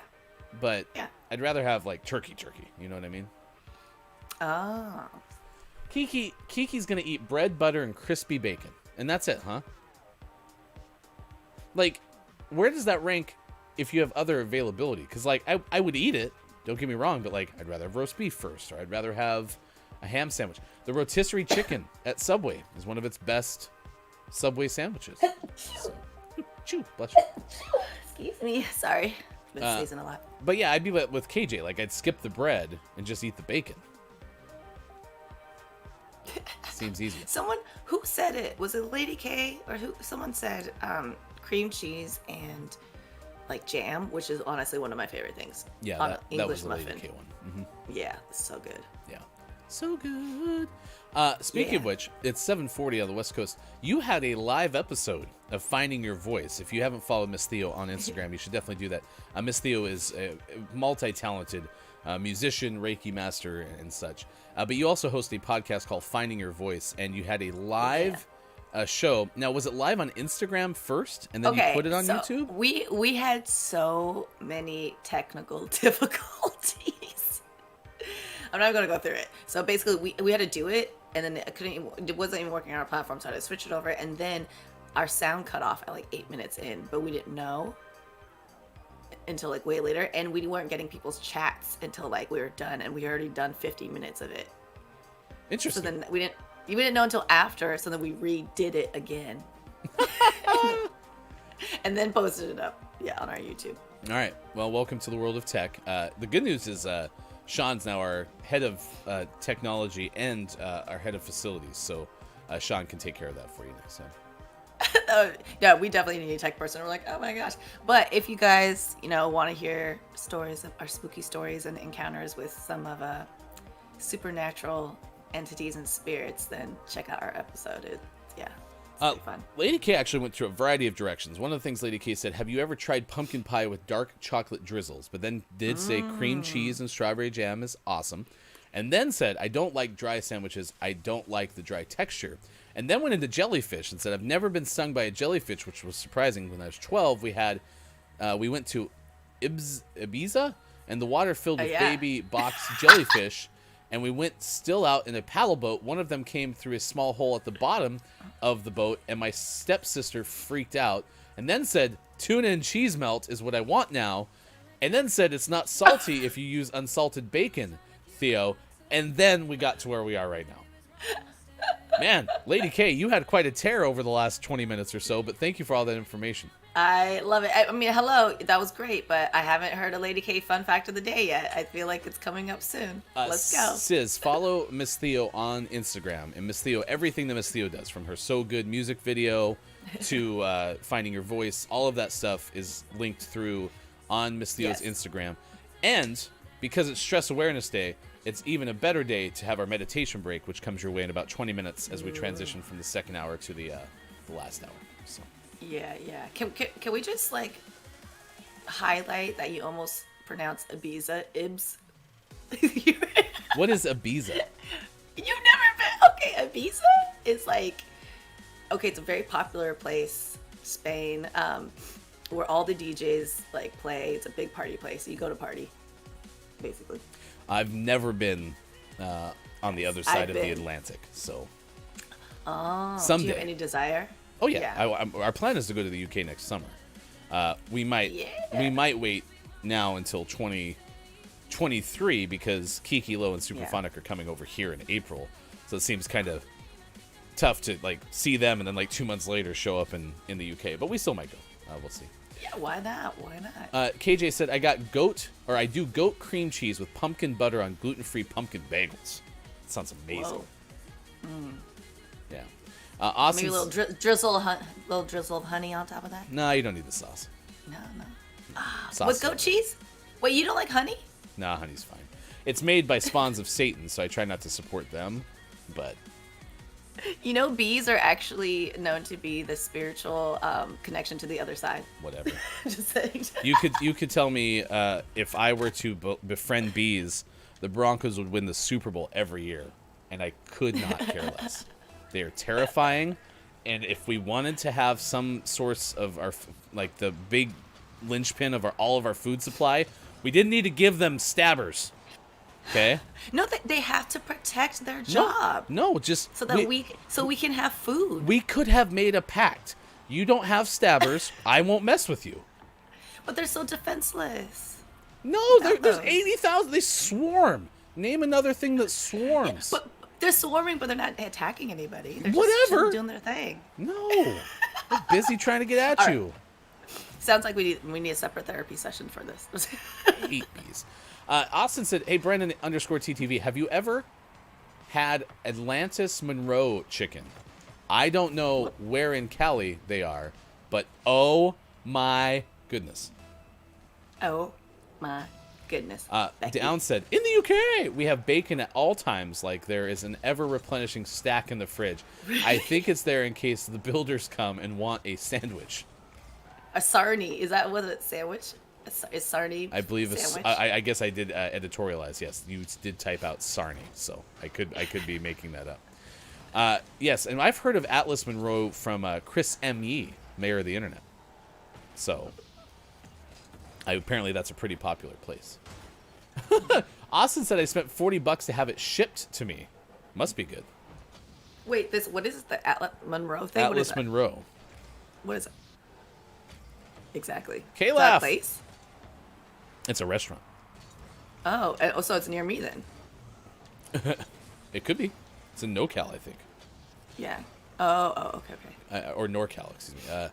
Let's see. Theo, there will be a big LA party. That is true, yes. So part of the Kiki and Super Do America tour is Los Angeles. So we'll let you know the details. Oh my god, I'm so there. Is that around the April time? April 2022. Yep. I'm down. Is honey a sauce? Yes, honey is bee sauce. It's made of real bees.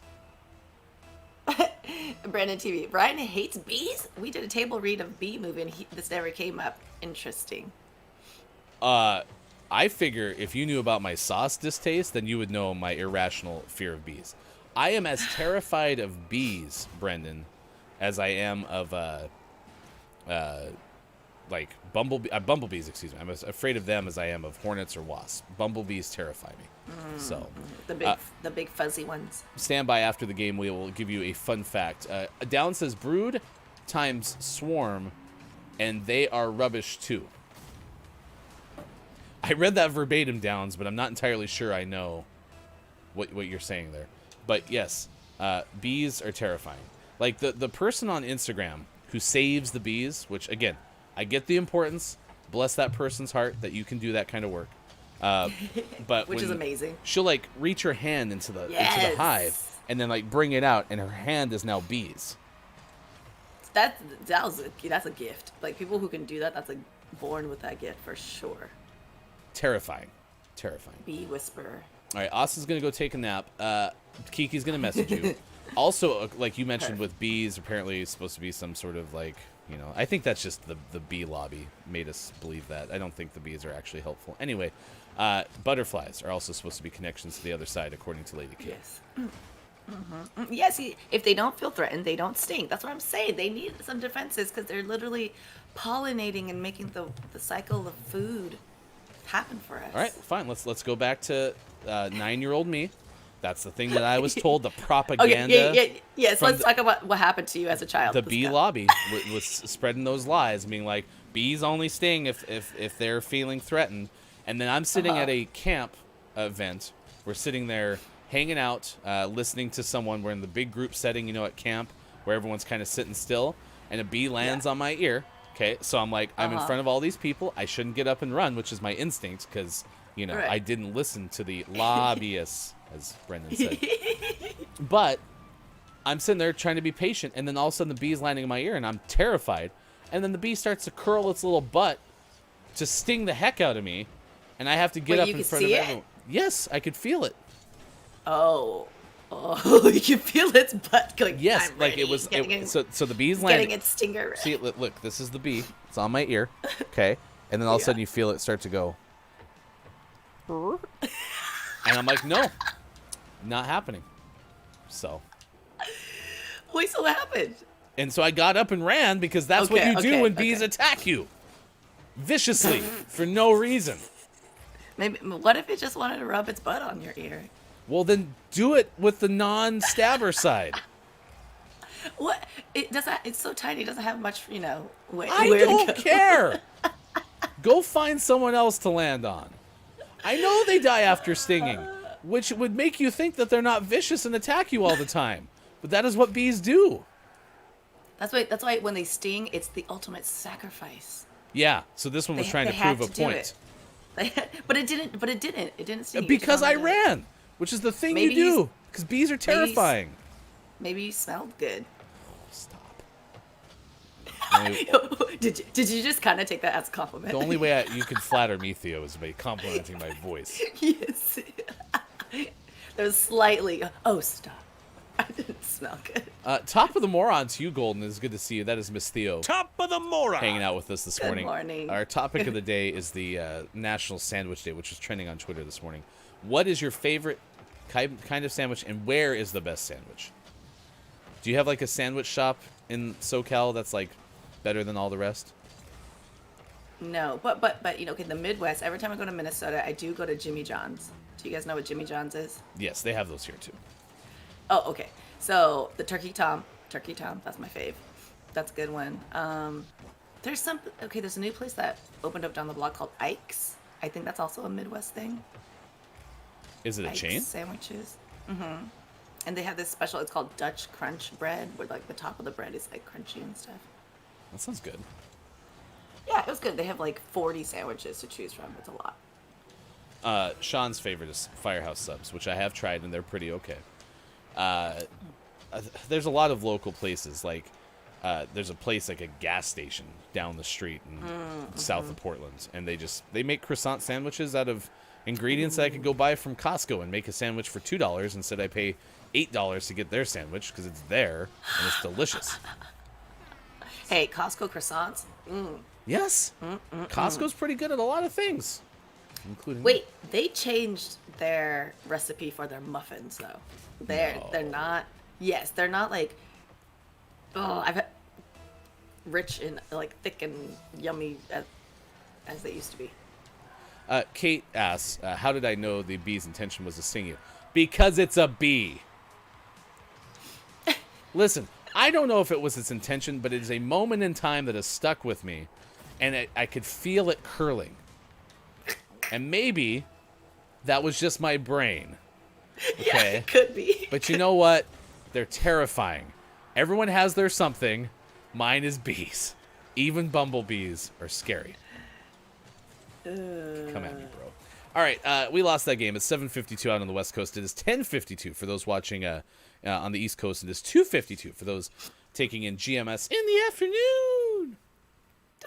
Even though an hour earlier with the whole daylight savings time split, which is always bizarre.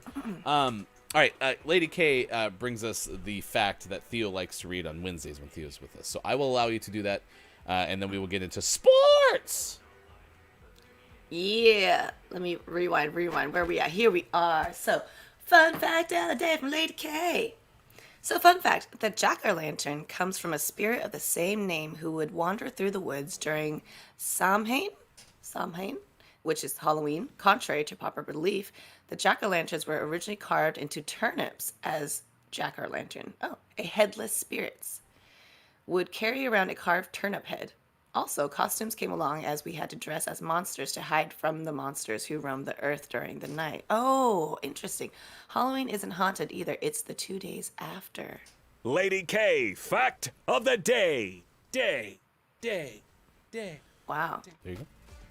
That was actually a lot of really good information because I don't think a lot of people actually know the origins of Halloween and all that jazz. Top of the moron to you, Kasogo. It is good to see you this morning. Good moron.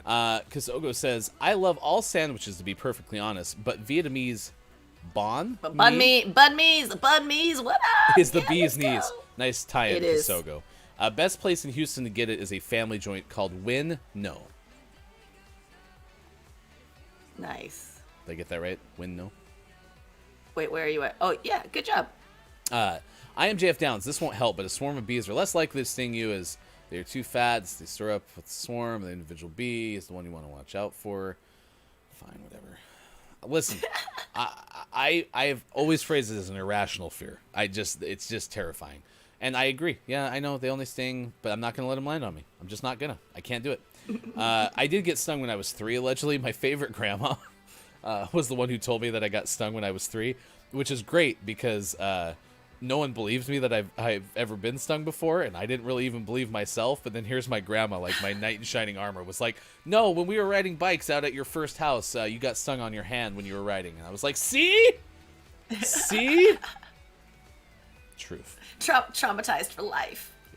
Yeah. Golden's with me, though. I remember getting stung on the lip when I was going nothing but walking by. Exactly. The bee probably landed Stinger first. It accidentally landed on the sink, yeah. Kasogo, I tried my best there. Brendan, if you have never seen what a carved turnip head looks like, it tracks for horror night. All right, I'm going to throw that Discord. If you can find me a carved turnip head, that'd be awesome. We're going to do a quick sports here. Well, we won't take too much of your time with this. Of course, Theo, did the Mets win? No. That is Correct. It was a travel day. Yesterday, Calgary did force overtime. They were trailing 2-1 almost the entire time. But your Calgary Flames lose at home for the first time in forever. 3-2 loss to the Nashville Predators. Calgary is 6-1-2 on the year. Your Los Angeles Lakers, though, won 119-117. And yesterday, the Braves shut out the Houston Astros in Game 6 of the World Series. Braves claim their first World Series title since 1995. Theo did tell me that she had Atlanta in 6 going into the World Series. Totally. Yeah. You received my message telepathically. Mm-hmm. My friend Jeff from Montana, had told me yesterday whilst we were playing Apex that apparently someone had been in Vegas at the beginning of the baseball season and for some reason had this instinct to put a bet in that the Atlanta Braves would win the World Series in 6 games for $1,000 and was going to do it and then was like, nah, this is a story, and it's a story, so who knows if it's true. But they were like, nah, I just can't do it. That's $1,000. Had they placed that bet, a very specific preseason bet, they would have won like $6.7 million What? on a $1,000 bet. Could you imagine? All right, there you go. That is your sports. I'm just scanning through here. Oh, yeah. College football, Division I. First college football playoff rankings are out. Georgia, Alabama, Michigan State, and Oregon are the top 4 teams. Ohio State and Cincinnati are next in that. And then this is a sad story. So this is out of Las Vegas. The Raiders have released Henry Ruggs III, wide receiver for them. He faced an initial court appearance on multiple felony charges. There was a fiery crash, and a woman died. Ruggs and a female passenger was injured. The 22-year-old Ruggs and his passenger were hospitalized with unspecified injuries that police said did not appear to be life-threatening after the Chevrolet Corvette he was driving slammed at high speed into the rear of a Toyota RAV4 on a busy thoroughfare, a residential area several miles west of Las Vegas. It was at 3:40 a.m. on Tuesday. The Toyota burst into flames and the driver and her dog died, police said. The woman was not immediately identified. Ruggs showed, quote, signs of impairment, unquote. Police said in a statement that did not identify the woman. The injuries that Ruggs and his passenger received, or the names of Ruggs' passenger, were also not released. They remain hospitalized, according to the Associated Press. So that was, I saw that the Braves won the World Series. I turned on SportsCenter. They did the whole Braves post-game celebration, and I saw that story, and it's just a shame that woman died. And oh, no. Yeah, so hopefully Ruggs is okay. Hopefully his passenger is okay. But as far as football is considered, that's a tough situation for Ruggs. Made a bad choice, and now someone's dead. So, yeah. Yeah, and like Maiko's got a good point. Like, if you are doing impairment stuff, especially if you're an NFL player who has the means financially, just get driven everywhere. Hire a private driver. I mean, right. You have the means to do that, so that's, yeah. But unfortunately, a lot of people drive impaired. They're just reckless. I mean, I have to say, in LA, it happens a lot. Yeah. Well, and young people make mistakes, but this is, of course, as bad as it can get because, someone died. So, yeah. All right.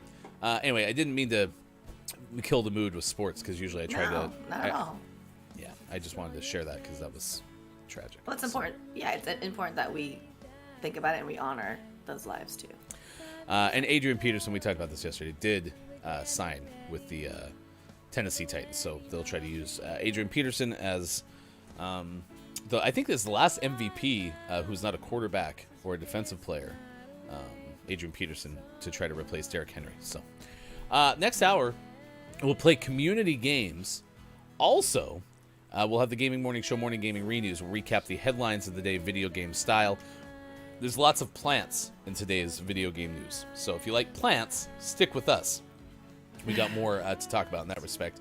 Theo is here. Theo is going to take us through a meditation break. Do want to remind you, coming up on Saturday, it is Full Plate 2021. That is a fundraiser for Player versus Hunger. Our friend Kim Chica is hosting the event. It starts at 9 a.m. Pacific time at twitch.tv/KimChica, and it is raising money for Player vs. Hunger, a video game charity focused on creating a space for gamers in the game industry to help give back to at-risk communities struggling with food insecurity and hunger. They're going to raise $40,000 for Player vs. Hunger, thanks to $10,000 matching pledges from Intersloth, the makers of Among Us, and Twitch. So that's coming up on Saturday, 9 a.m. Pacific time. Check it out at twitch.tv/KimChica. We'll come back with more. Theo is here. Meditation breaks next. It's Wednesday, November 3rd, 2021 on Facebook Gaming, Twitch, YouTube, Twitter, and at GamingMorningShow.tv. Welcome to your meditation. All right, wherever you may be, go ahead and find somewhere comfortable, whether you're sitting or laying down. This is going to be a quick 8-minute or so meditation. So let's go ahead and just take a few deep breaths in and out. And as you're inhaling, filling up your whole body with nice fresh air. And as you exhale out your mouth, at your own pace, releasing any stress, any worry, any thoughts that are on your mind. Inhaling again. Imagining all of that beautiful air filling up your lungs, and exhaling, releasing things that no longer serve you. Inhaling one more time, and a big exhale. All right, and as you settle into this meditation, let's close our eyes. And if you're sitting down, go ahead and place your hands on your thighs with your palms facing up to receive this calm and relaxing, healing energy. And if you're laying down, you can put your hands anywhere that feels comfortable for you. And wherever you may be, let's just imagine a beam of white light that's breaking through Earth's atmosphere, coming down, down, down directly to the top of your head as it starts to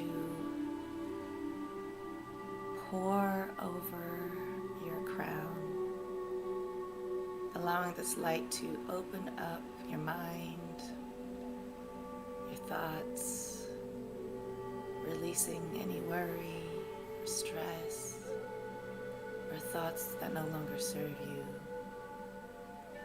And in our crown area, this is our higher self, our connection to who we truly are. And sometimes that gets clouded, polluted by the things we gotta do every day, by the realities of this world, by work, by our obligations, by survival. Whatever is on your mind right now, allow this light to gently just melt those thoughts and worries away. And as it melts, those thoughts and worries, allow it to flow down, all the way down your body, through down to your toes, until it exits not only your body, but your mind and your soul. As we now move down to your third eye, and if you haven't heard of your third eye, you don't know where it is. It sits right between your two eyes on your forehead.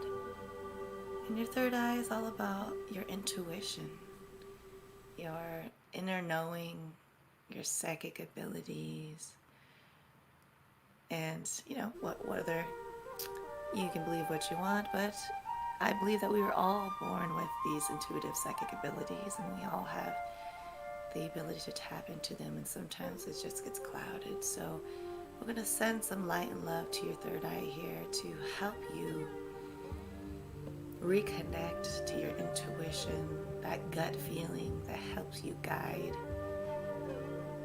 your actions and thoughts throughout your life, the decisions that you make, using your third eye intuition to find clarity. And now allowing that light to flow down to your throat. This is your throat chakra, which is so important. This is our voice, our truth, how we communicate to our loved ones, our friends, our co-workers, how we communicate our ideas, our thoughts, our expressions. And if this is blocked by any trauma or, just negative energy, that can make it difficult for us to speak up and to use our voice. So if you're having any of those feelings of stagnant energy there, go ahead and send some of that light and love to your throat chakra. Feeling it relax. Some of you might feel a dry throat, so just imagine water flowing through your throat and your vocal cords as this water and light now flow down to your heart.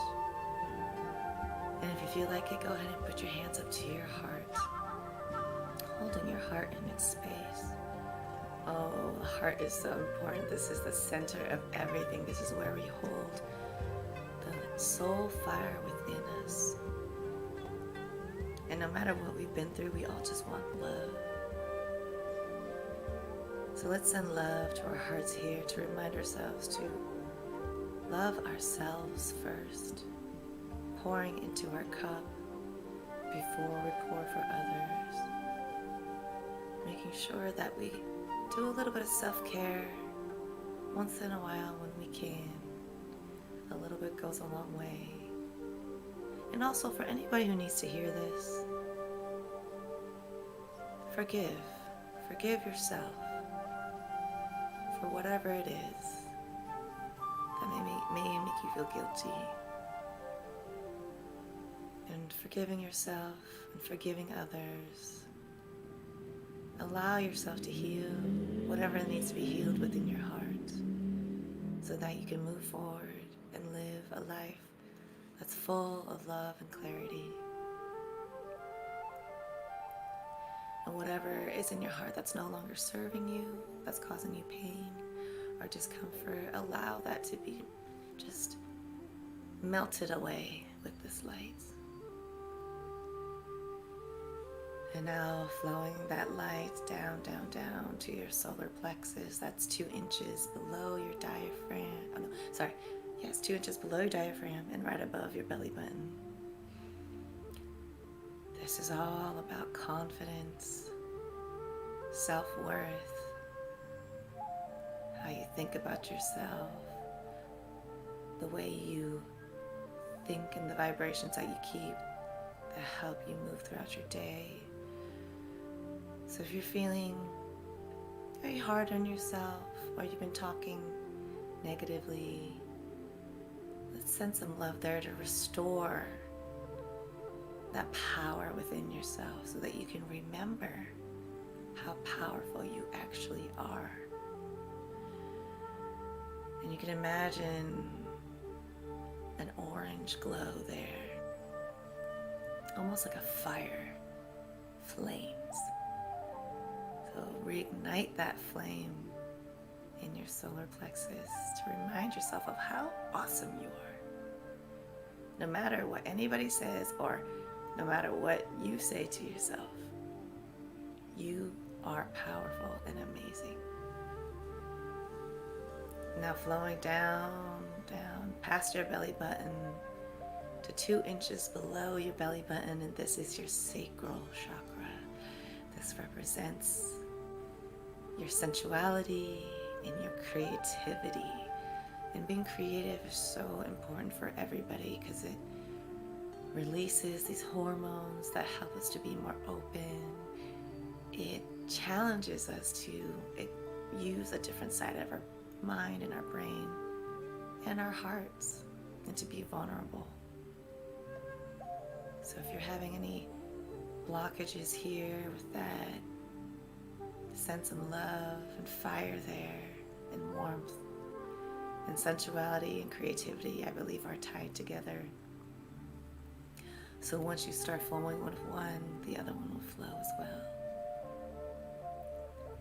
And as you flow down to the last chakra, this is your root chakra. Very important chakra here. This is all about your foundation, your security. So if your root chakra and your foundation doesn't feel stable, then you might be feeling unaligned, scared, anxious, frustrated, angry, sad, whatever that might be. So let's send some love and light to your root chakra to heal your foundation. And if you need to break down your foundation to rebuild a new one, that might be something to reconsider. So give yourself space and time and grace to do that, because it ain't easy and it takes time. So be patient with yourself. And now that we've touched upon all of our chakras, let's go ahead and send 3 flushes of strong light through our whole body, starting from the crown all the way down to our root. Here we go. Inhale.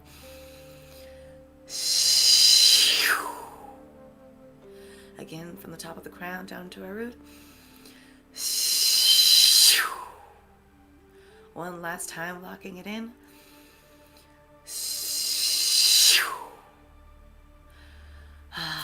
Beautiful. Let's shake it off and go ahead and bring our hands into prayer form and gratitude, giving thanks to ourselves, to the GMS family, to each other, and to your higher self.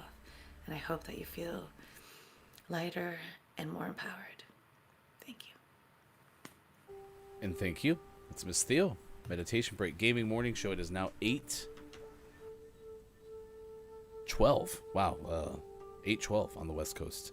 It is now 11:12 out on the East Coast, and hanging out in the UK with this weird daylight savings time week break. Still not a big fan, but trying to be okay with it. 3:12 out on the UK side of things. Miss Theo does a meditation break every time she joins us in the final hour break. A lot of fun. Thankful that we have a Reiki master available to us to try to get us off to a mid. I think it's good that's middle of the week, right? Kind of get us off to the middle of the week and doing pretty okay. And this also tends to help as well. Who's got the cutest pet on the internet? I have this one, so cute. That's Arturo. I am Hefty Goof. Miss Theo will be back in just a moment. Hello to the final hour crew. Hello, FHC. It is good to see everyone who's been hanging out with us this morning. Lady K has been here. We've had KJ for the majority of the show. Look, it's Michael, who, by the way, did not get thrown in jail after the pullover. Congratulations, Mike. Quiet I Am Gaming is here this morning, as is others, like Kasogo, who's here. Brendan_TTV, Golden Plays Drunk Games, a whole bunch of great folks. Kiki Low, I Am JF Downs, been hanging out with us the vast majority of the show. Kalaf, Kate Zaid as well. It's good to see everyone. Thank you for being here on National Sandwich Day, and Streamlabs has been reminding you this throughout the course of the show, but we are giving an impromptu Gator Golf giveaway. We put it on our Twitter, @WatchGMS. You can Enter by hitting !raffle if you want to try to win Gator Golf, which is available for $16 on Amazon. If you are not in the U.S. and it turns out it's way too expensive to ship to you, or it's not able to be shipped to you, I will make other arrangements for you. But you should enter !raffle if you would like to try to get a chance to win Gator Golf. Coming up, community games. We will also have our takeaways that were pretty okay, clip of the day, and more. It's all ahead on this edition of Gaming Morning Show. Stress Awareness Day, Smart Home Day, Housewives Day, Cliche Day, Jellyfish Day, Wobbly Wednesday, National Homemaker Day, Give Someone $1 Today Day, and National Eating Healthy Day, Public Television Day as well. Thank you so much, Kate Zaid, again, for the donation of $1 on Give Someone $1 Today Day. Golden hanging out with us this morning, Kate Zaid. Oh, Jack is here. Hello. Hello, FHC. The final hour crew, Jack, hanging out with us this morning as well. I am Hefty Goof. We got a whole lot of good things coming up still in this final hour of the show. Tonight, it's GMS After Dark. It's the show hosted by Look, It's Mike O. And today it'll be a Marvel villain bracket. Chris and CJ from But Why Though will get together along with Look, It's Mike O, and they will try to determine the best villain of all time in the Marvel universe, I suppose. It's coming up. Cop pulled me over, says, Look, It's Mike O. Is one I've worked with many, many times at work. We've talked to our local judge about. Doesn't agree with my political views. Pulled me over because I was doing 30 in a school zone where the limit is 20. School isn't on today. I brought that up. He told me not to get lippy. Then told me I was on the phone, which I wasn't. He gave me a warning and told me not to watch TV while driving because I had the show up. Yeah, the only 2 tickets I've ever had in my life were in a school zone. And at least in Oregon, there are a couple of versions of school zones. There are those that are like, while between the hours of this day and this day, even if school isn't in session, you have to go that speed limit. And then there's others that have like the flashy lights. And unfortunately for me, I've been pulled over in each. So... but I like to claim, my claim to fame is still I've never been pulled over on the highway. So that's good. Yeah, we talked about that with Miss Theo. Are you aware of your stress? And Miss Theo told us, yes, I am aware of my stress. Hello, FHC. Pickle Feats is here. Good moron to you, Pickle. It is good to see you. Thank you for being here with the final hour crew. National Sandwich Day. This is not a sandwich as much as it is a pita, but a pita pit is delicious and makes pretty okay sandwiches too. This just in, Ryan hates kids. No, but I apparently don't like driving 20 in school zones. But I do. Pita pit. I haven't had that in so long. I have to, like, a lot of times, it's hard to set a car's cruise control if you're going under 25 miles per hour. But if I have a car that will allow me to do so, I actually do that in school zones now, just to make sure that I don't have that problem. So. Balls. All right, so what balls are we throwing around today? Today we're playing car balls, which is not to be confused with Mr. Bucket's balls, which Mr. Bucket shoots out of his mouth. And then you grab the balls and you put them back in Mr. Bucket, and then Mr. Bucket shoots them out of his mouth. Amazing. Oh, wait, let's get to this drama again. Like, Mike's going to go talk to his... Oh, we have breakfast with his boss. Oh, dun, dun, dun. Drama. All right, let's see. What else we got? Raffle. Chris M.E. is in the raffle. The mayor of the internet is here with the Final Hour crew, ambassador to the Final Hour crew, and guest tonight on GMS After Dark, which starts at 4:45 p.m. Pacific time. How Marvel are you, Theo? I enjoy Marvel, but I have not seen every single movie. What is your favorite Marvel movie that you have seen? Ooh. Okay. I have not finished Doctor Strange yet. But I've been told that of all movies, that would be the movie that I would like the most, since he does a lot of cool dimension traveling and all that stuff. Oh, Mike says Doctor Strange sucks.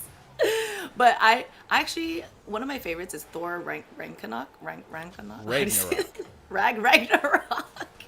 It's super cheesy, but if you can like accept that, it's cool. It's fun. How about you? I don't have one. I haven't watched any of the Marvel movies. But on a previous episode of GMS After Dark, our good friend Digital Dot Games came through and basically discouraged Mike from ever doing the show again because they had such opposing views to especially Thor, which was hilarious. But they did a definitive Marvel movie rankings, and that's how we got to this moment in time. So, hey, look, it's Digital Dot Games, otherwise known as Captain Goodlooking. But Digital Doc said, "Can we just stop the show? It's getting out of hand." Yes. It's okay. Chris and me said, also, I was told yesterday that the M in my name stands for Man of the Year. Chris, Man of the Year ye. Fair enough. Listen, I like that. You're already mayor of the internet.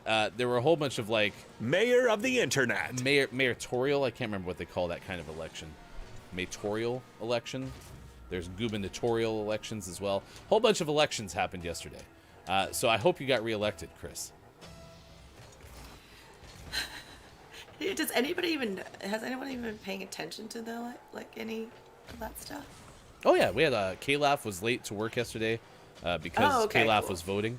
Oh, good. Yeah, and there's Twitter recaps too. So if you are trying to catch up on kind of the political landscape, because of course this is a 2021 election, so it has like more local and regional ramifications than, you know, the national ones. According to Look, It's Mike O, I have Virginia and New Jersey are fudged. What would your friend who pulled you over say, Mike? IMJF Down says both were disgustingly wrong with their ranking. This is going back to the Marvel movie rankings. I hope Chris and me brings a voice of reason tonight.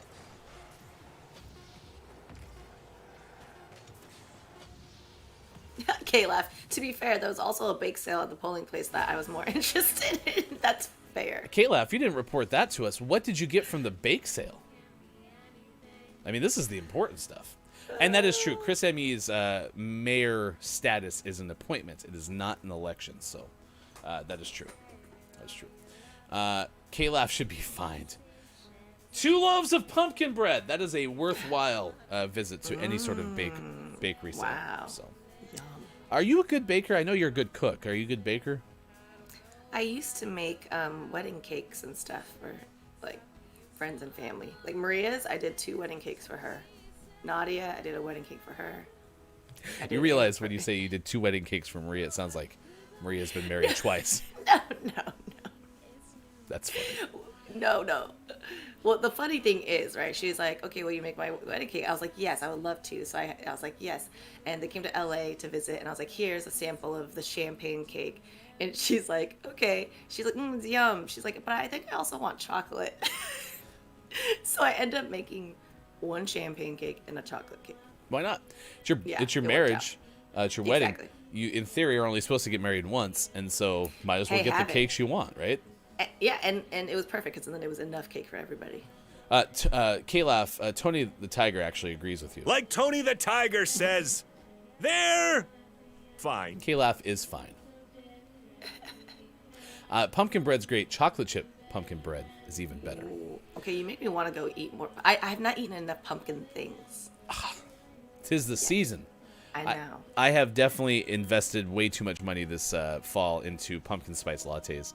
I usually don't do it this much, but we've had a good year, and so I've reallocated a lot of that into pumpkin spice lattes. I'm going to be very sad when they go away. Unfortunately, the pumpkin scone at Starbucks is one of those things that is in, quote, short supply.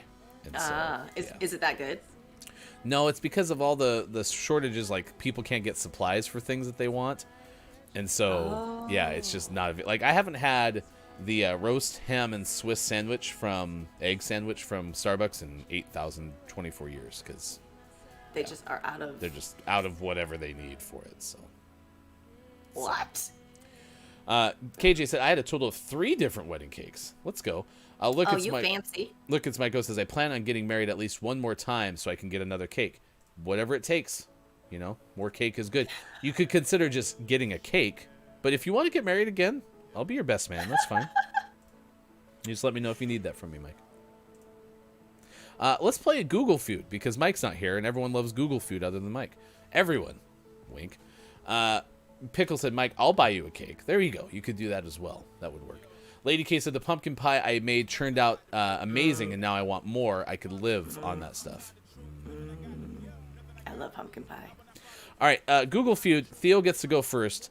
First one is how to get out of. And your choices are jury duty, a funk, a lease, safe mode, or jail in Monopoly. These are real autocomplete searches. So if you've never played Google Feud before, one of these are the actual like finishes that are recommended by Google when you type in how to get out of. And then one of these is the top answer, the most returned. So if you've never played before, chat, you get to go next. Theo goes first. Theo, what is your answer? Now, is this based off like present day? Like how? Yes and no, because I don't know. Maybe. Okay. You know, because it really depends, because the world has been changing a lot. It could be delayed. Like, for example, this could be a couple weeks ago. Maybe it's tomorrow. Maybe it's season to the future. We don't question the Google feud. The Google feud questions us. Okay. Because I'm like, not like years ago, right? Because I feel like, okay, I'm going to say out of a funk. Okay. People are Googling how to get out of a funk. I'm in a funk. Now I want to get out of it. So people turn to Google. That's a number 10 answer. I'm sorry, Miss Theo, but incorrect. Come on, people. All right, Chad, it is your turn. So far, I see jury duty. In fact, many people have said jury duty. Look, it's Mike O said, I just sent in my jury duty notice. Well done. Jury duty is the answer from chat, and that is the number one answer. Yes. Yeah. Ding, ding, ding. Nice work. Good job. Good job. Good job. Chris, Monopoly, which has been played on Gaming Morning Show. Yes. It probably is still being played, actually. Oh my God! Hey, we haven't played that in a while. We're gonna bring that back out. It just became too hard to keep track of who was winning, and so I think I won. That sounds right. Yeah, probably. Oh gosh. Okay, these are the reasons that Look It's Myco does not like this game. Some people type in, I think my dad is. And then these are some of the often searched terms, one of which was correct. And the most often searched. I think my dad is depressed, emotionally abusive, Dracula poem, Dracula, the Zodiac Killer. Chat, you get to go first. Which one of these is it? Depressed, emotionally abusive, Dracula poem, Dracula, or the Zodiac Killer?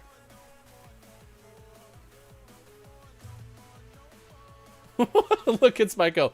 Why isn't one of the options the Milkman? Oh, that's a good one. Brendan _TTV. Mike, check if work will cover your time while you are away for jury duty, and if they won't, that's a valid excuse. Nice work. Downs was winning when he took over my place, according to Chris M.E. Sure, I believe you. Downs is going to go the Zodiac Killer. So does KJ. So we're going to click on that. That is the number 4 answer. 4. Incorrect. But nice try. Nice try.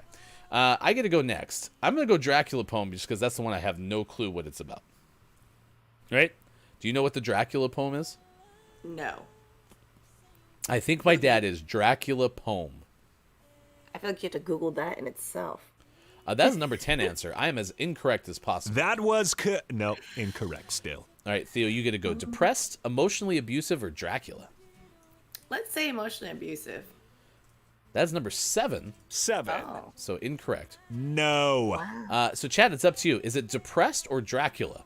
What is the number 1 returned autocomplete from Google when you type in the words, I think my dad is? KJ's guessing depressed. I go with KJ. Mike O and Downs are guessing Dracula. Lady K says depressed. We need a breaking of the tie. It is Dracula. From Hey, it's Brendan _TTV. I am sorry. No. It was depressed. Yeah, I bet you a lot of dads have been depressed lately. I mean, I was about a year ago. Yeah. I know my dad was. So there you go. Mike O, I think, through. That's what it was. The good news is it gives us a chance to play the song from Kathleen L. This is Nervous. It is now available in an acoustic version. Kathleen L. is a popular Twitch musician, and you can take a listen to the song right now.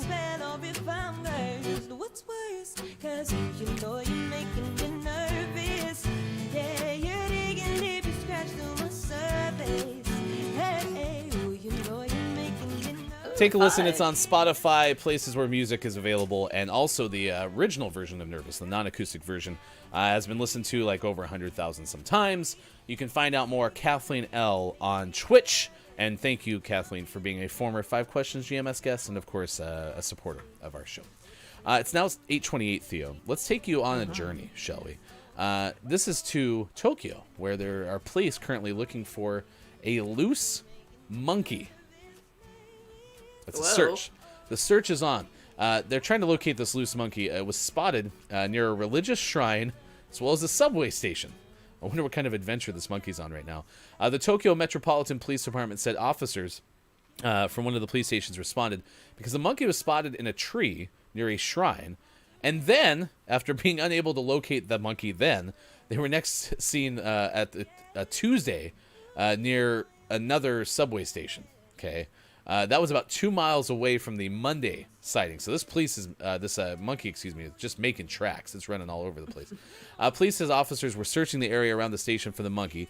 Officers warned members of the public not to approach or feed the animal and said reports of monkey sightings have been on the rise in Tokyo since August. Why? Do you have any idea? Because apparently a monkey was captured at an airport in late September. What? Yeah. How did that get... Why are there so many monkeys afoot in Tokyo? Yeah. The great monkey, not migration. I wonder, are they hungry or something? And that's, you know, sometimes like animals will come into, especially when the pandemic had happened. There's some other country where the monkeys were everywhere, and they came into the city because the tourists weren't like giving them food out in the rural areas anymore. So it's the same reason bears are being spotted more often, just for different reasons. Bears' natural food supply is getting harder to find, whereas you're alleging or supposing that maybe it's because of feeding. Yeah, some, yeah. Yeah, the good news is, if you want to be in the Hidden Temple show, remember that show? Like Search for the Hidden Temple, it was on Nickelodeon. Oh, we didn't have cable. Oh yeah, we've talked about this. Yeah, you had as almost of an un-TV childhood as I did. Yes, I was doing chores. Yes. So while you were doing chores, everyone else was watching Legends of the Hidden Temple. Thank you, Quiet. Yeah. And I actually saw a friend of mine posted, and this is for Chris ME because Chris ME specifically was going to be on the casting of the new adult version of Legends of the Hidden Temple.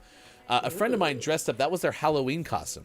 So they got the Monkey Team T-shirts made, and then they actually just got bike helmets, and that was their team. They had like khaki shorts.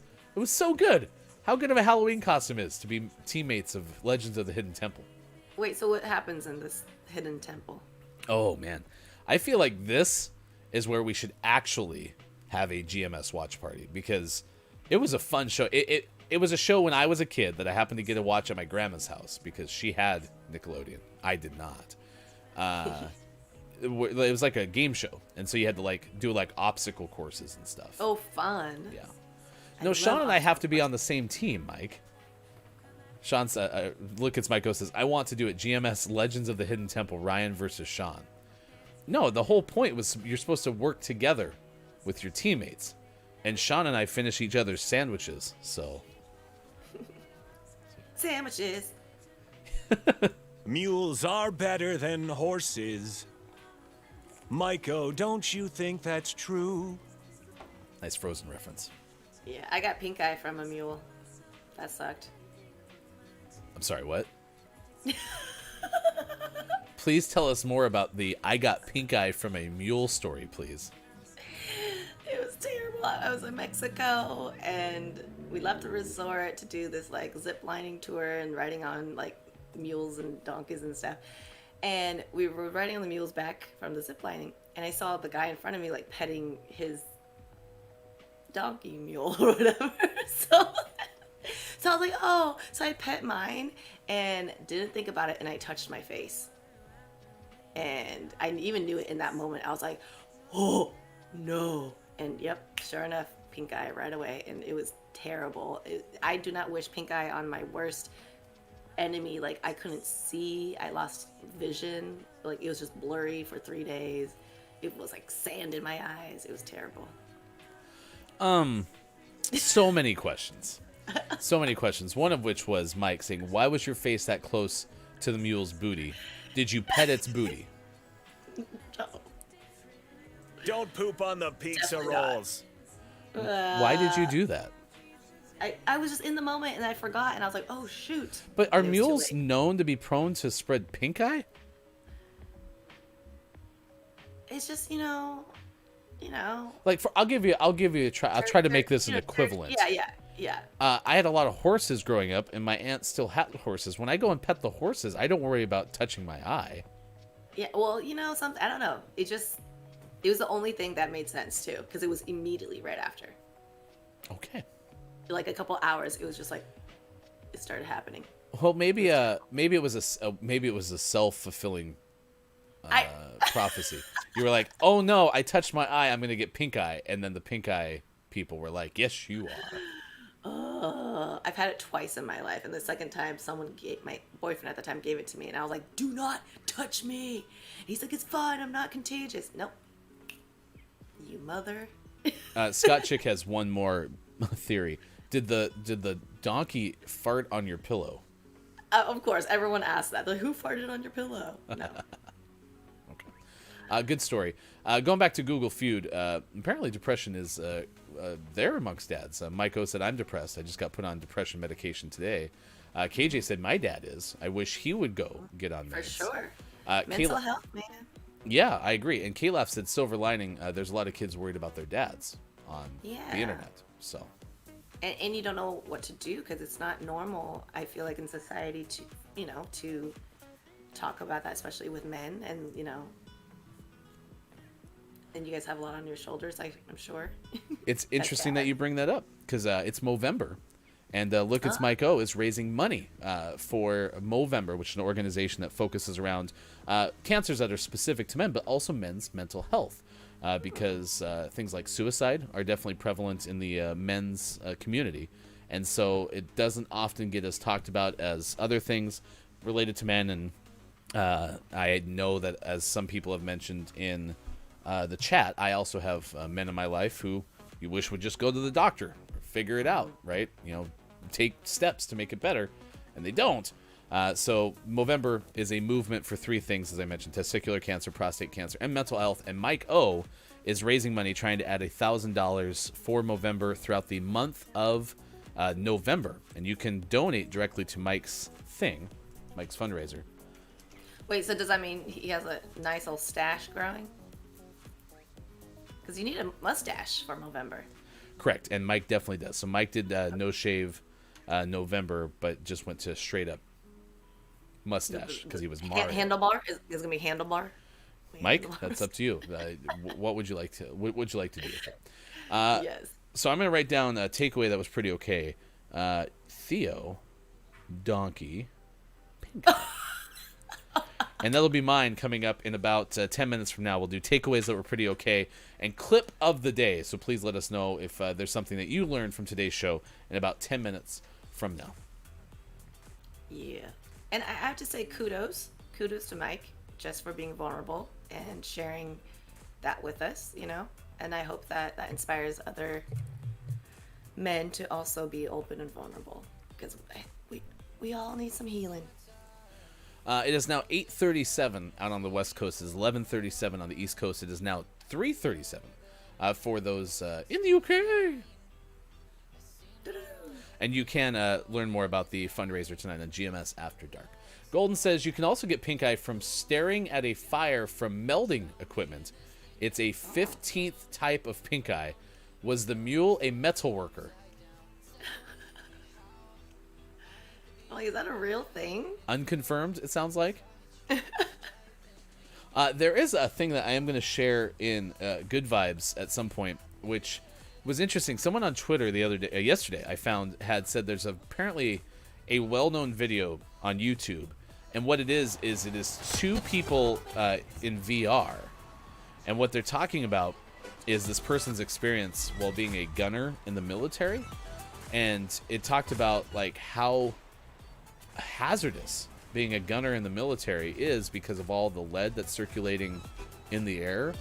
And it was one of those things where like I did like a random click on because what the hook was there's a video on the internet where two people are talking in VR. One of them is Winnie the Pooh, like that's what their VR avatar is, and the other one is I think Anakin Skywalker. And so it's this video of a person talking about something incredibly, serious and interesting, this depression and some of the PTSD from being a gunner in the military, but is doing it as Anakin Skywalker talking to Winnie the Pooh. And so it's like this surreal experience, but it got me hooked because I was listening to it. Whoa, you need to send that. Hey, Pickle, so do you have the link to the video, or could you find it for me? Discord it to me, please, and then I will share that. Actually, just Discord it, Good Vibes channel, if you have it, because apparently Pickle's familiar with this video. Lady K said, I know people don't always take people up on this, but despite anything I'm going through, I'm always here to listen when people need it. That's one thing that I've learned from many of you, chat, and Theo and I have talked a lot about this, like the community that comes out from meeting people in the streamer sphere and stuff. But like Austin's really good at this, and one thing I admire the most about Austin is like Austin will sit there and listen if the stream kind of takes a churn toward mental health discussions and stuff. Austin's ready to go, and Austin will talk about it. So shout out to Austin, shout out to everybody who does this really well in the streamer sphere, is being able to discuss things like this. And GMS has had moments where we'll do like after show talks in our Discord. And then, of course, we have things like the Week of Action and such that takes a little bit more of the serious tone in an entertainment show. Hell, you were here for one of the first instances of that when your friend Jess was on, and we talked about the Stop Asian Hate. I don't want to call it a movement. It's just it's a thing. Stop being hateful. Yeah. Stop being a beep. Yeah. But that was supposed to be a 5 to 10 minute segment, and we ended up taking an hour, which is very unusual for the show, but it was worthwhile. So. Thank you for having her on. 100% said KJ, the community is so good about creating safe space. If you need support, reach out. Look, it's Mike O said she created a mental health emergency yesterday when she said she hates Christmas. There's Mike. Mike is a very big fan of Christmas, so I'm sure that was triggering for you potentially. Do you love Christmas? I do. I love Christmas. It's just the holiday vibes. It's just, nice. One day I would like to snuggle up with somebody one day during the holidays. I know it's cuffing season. Bring it on in, Theo. We can cuddle up. Yes. Hefty wife can be there too. Yes, I just want hugs. You know what I mean? I just want hugs. Well, I miss hugs. Well, that was another part of like just talking about the pandemic. It was a big struggle for me as an incredibly social extrovert, right? But I was trying to be sympathetic to the idea of like I was fortunate. I was going through this really tough time, but also still had my wife and my kids in the household. I can't imagine having to try to do this when you're by yourself. I'm not gonna lie. Like, as you know, we've had this conversation. I struggled with loneliness for sure. Especially because I'm an entrepreneur and I work for myself, by myself. So I'm not in like a community of people or like coworkers, colleagues, nothing like that. So talking to you guys every Wednesday and sometimes Friday is so nice because it's like I actually get to hang out with people. Yeah. Well, we enjoy when you're here, and we enjoy watching all the stuff that you do, and Kisa and everyone in your world who are doing awesome things. Like, it's really fun to have you part of the group, and can't wait to see what next month brings and next year brings, etc. Because it should be a lot of fun. All of that. So hugs to everyone. Yeah, Chris is going to already offer you hugs. So since you are actually in the in the SoCal space, that's actually possible. Which is nice. I know. This is amazing. I might have to drive over to you, Chris, just for a hug. But make sure you bring egg rolls. Yes, with egg rolls, of course. I'm actually, I if you are in the LA area, I am doing a Thanksgiving egg roll run. So if you do want egg rolls, the information is up on my Instagram as well, and you can DM me and I'll send you a link to order. Lady K said, I haven't been hugged in years even by family. People act like I break if they touch me. It's frustrating. I'm sorry to hear that, Lady K. Oh, sorry, I wasn't laughing to Lady K. So while you were reading that, I was reading Mike O's. Sorry. Mike O says, Theo, I'm a great hugger. I'll hug my computer tower, and you should get it in like 3 hours to 5 days. Oh my god, that's hilarious. Thanks. And Lady K, I'm sending you a big hug right now. Energetic hug. Well, Mike O apparently hasn't even hugged anyone other than family in 2 years. Yeah. Which that was strange. The first time that I shook a hand was like in August. Dude, yes. I shook a couple of hands recently. I was like, whoa. Yeah. It's a different experience nowadays. And I immediately was like, without being rude, I was like, squirt, hand sanitizer. Yep. Yeah, as soon as I could, threw on the hand sanitizer. All right, it's 8:44 West Coast time, 11:44 out east, 3:44 for those watching GMS in the afternoon. Caleb said I was entirely COVID irresponsible and hugged everyone at the bar a few weeks ago and got a cold for my troubles. I am curious, outside of the dangers of course of COVID, just how many more colds and things we'll see as people, start hanging out with each other again, because isn't it, and this is where like having the doctor here would be better, but isn't it like, if I had a cold, if I've had cold A before, it's harder for me to get cold A again, correct? But since we haven't like seen each other for 2 years, aren't there going to be more versions of colds that we're all going to be susceptible to? So we're just going to have like this big like 2-year cold going forward. Yeah. Golden says, I don't like hugs, and the kids at school always try to hug me. I'm not very good at hugs with other people's children. So, yeah, that's not my jam either. Maiko says, Theo, do you like Disney? Yeah. Do you want to build a snowman? Yeah, I do. Actually, Frozen is my least favorite Disney movie. Y'all can be hateful on Frozen. Elsa's one of the best characters of all time. So, just someone looking for a purpose. That's all I want.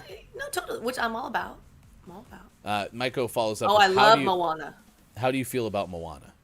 I've been staring at the edge of the ocean water, long as I can remember. I love that song. Never knowing why, something like that. Yes, Moana is my jam. I love Moana. I relate to Moana a lot. There you go. And Ariel. Ariel actually was, Ariel, she was a little selfish, but I think that's why my family said that I was her when I was younger. And also she loses her voice and is a singer, so I definitely relate to Ariel too. All right, Ariel! Let's talk about the last Ben Hooper story. This was a Hooper Palooza that Mike gave us today. We told you earlier about an alligator that walked off with someone's golf ball. Just a little bit ago, we told you about the loose monkey spotted in Tokyo. And now, there's a llama that escaped hours after capture, according to Ben Hooper of UPI. There's a llama that spent days on the loose. This is in North Carolina. Was captured, though, by local authorities. However, just hours later, apparently escaped again. The High Point Police Department had animal control officers report after someone spotted a loose llama. And the llama was eating apples to keep it from leaving before officers arrive. The resident was feeding these apples to the llama. And then the officers worked with animal control experts to figure out how to capture the llama. Quote, we got him cornered.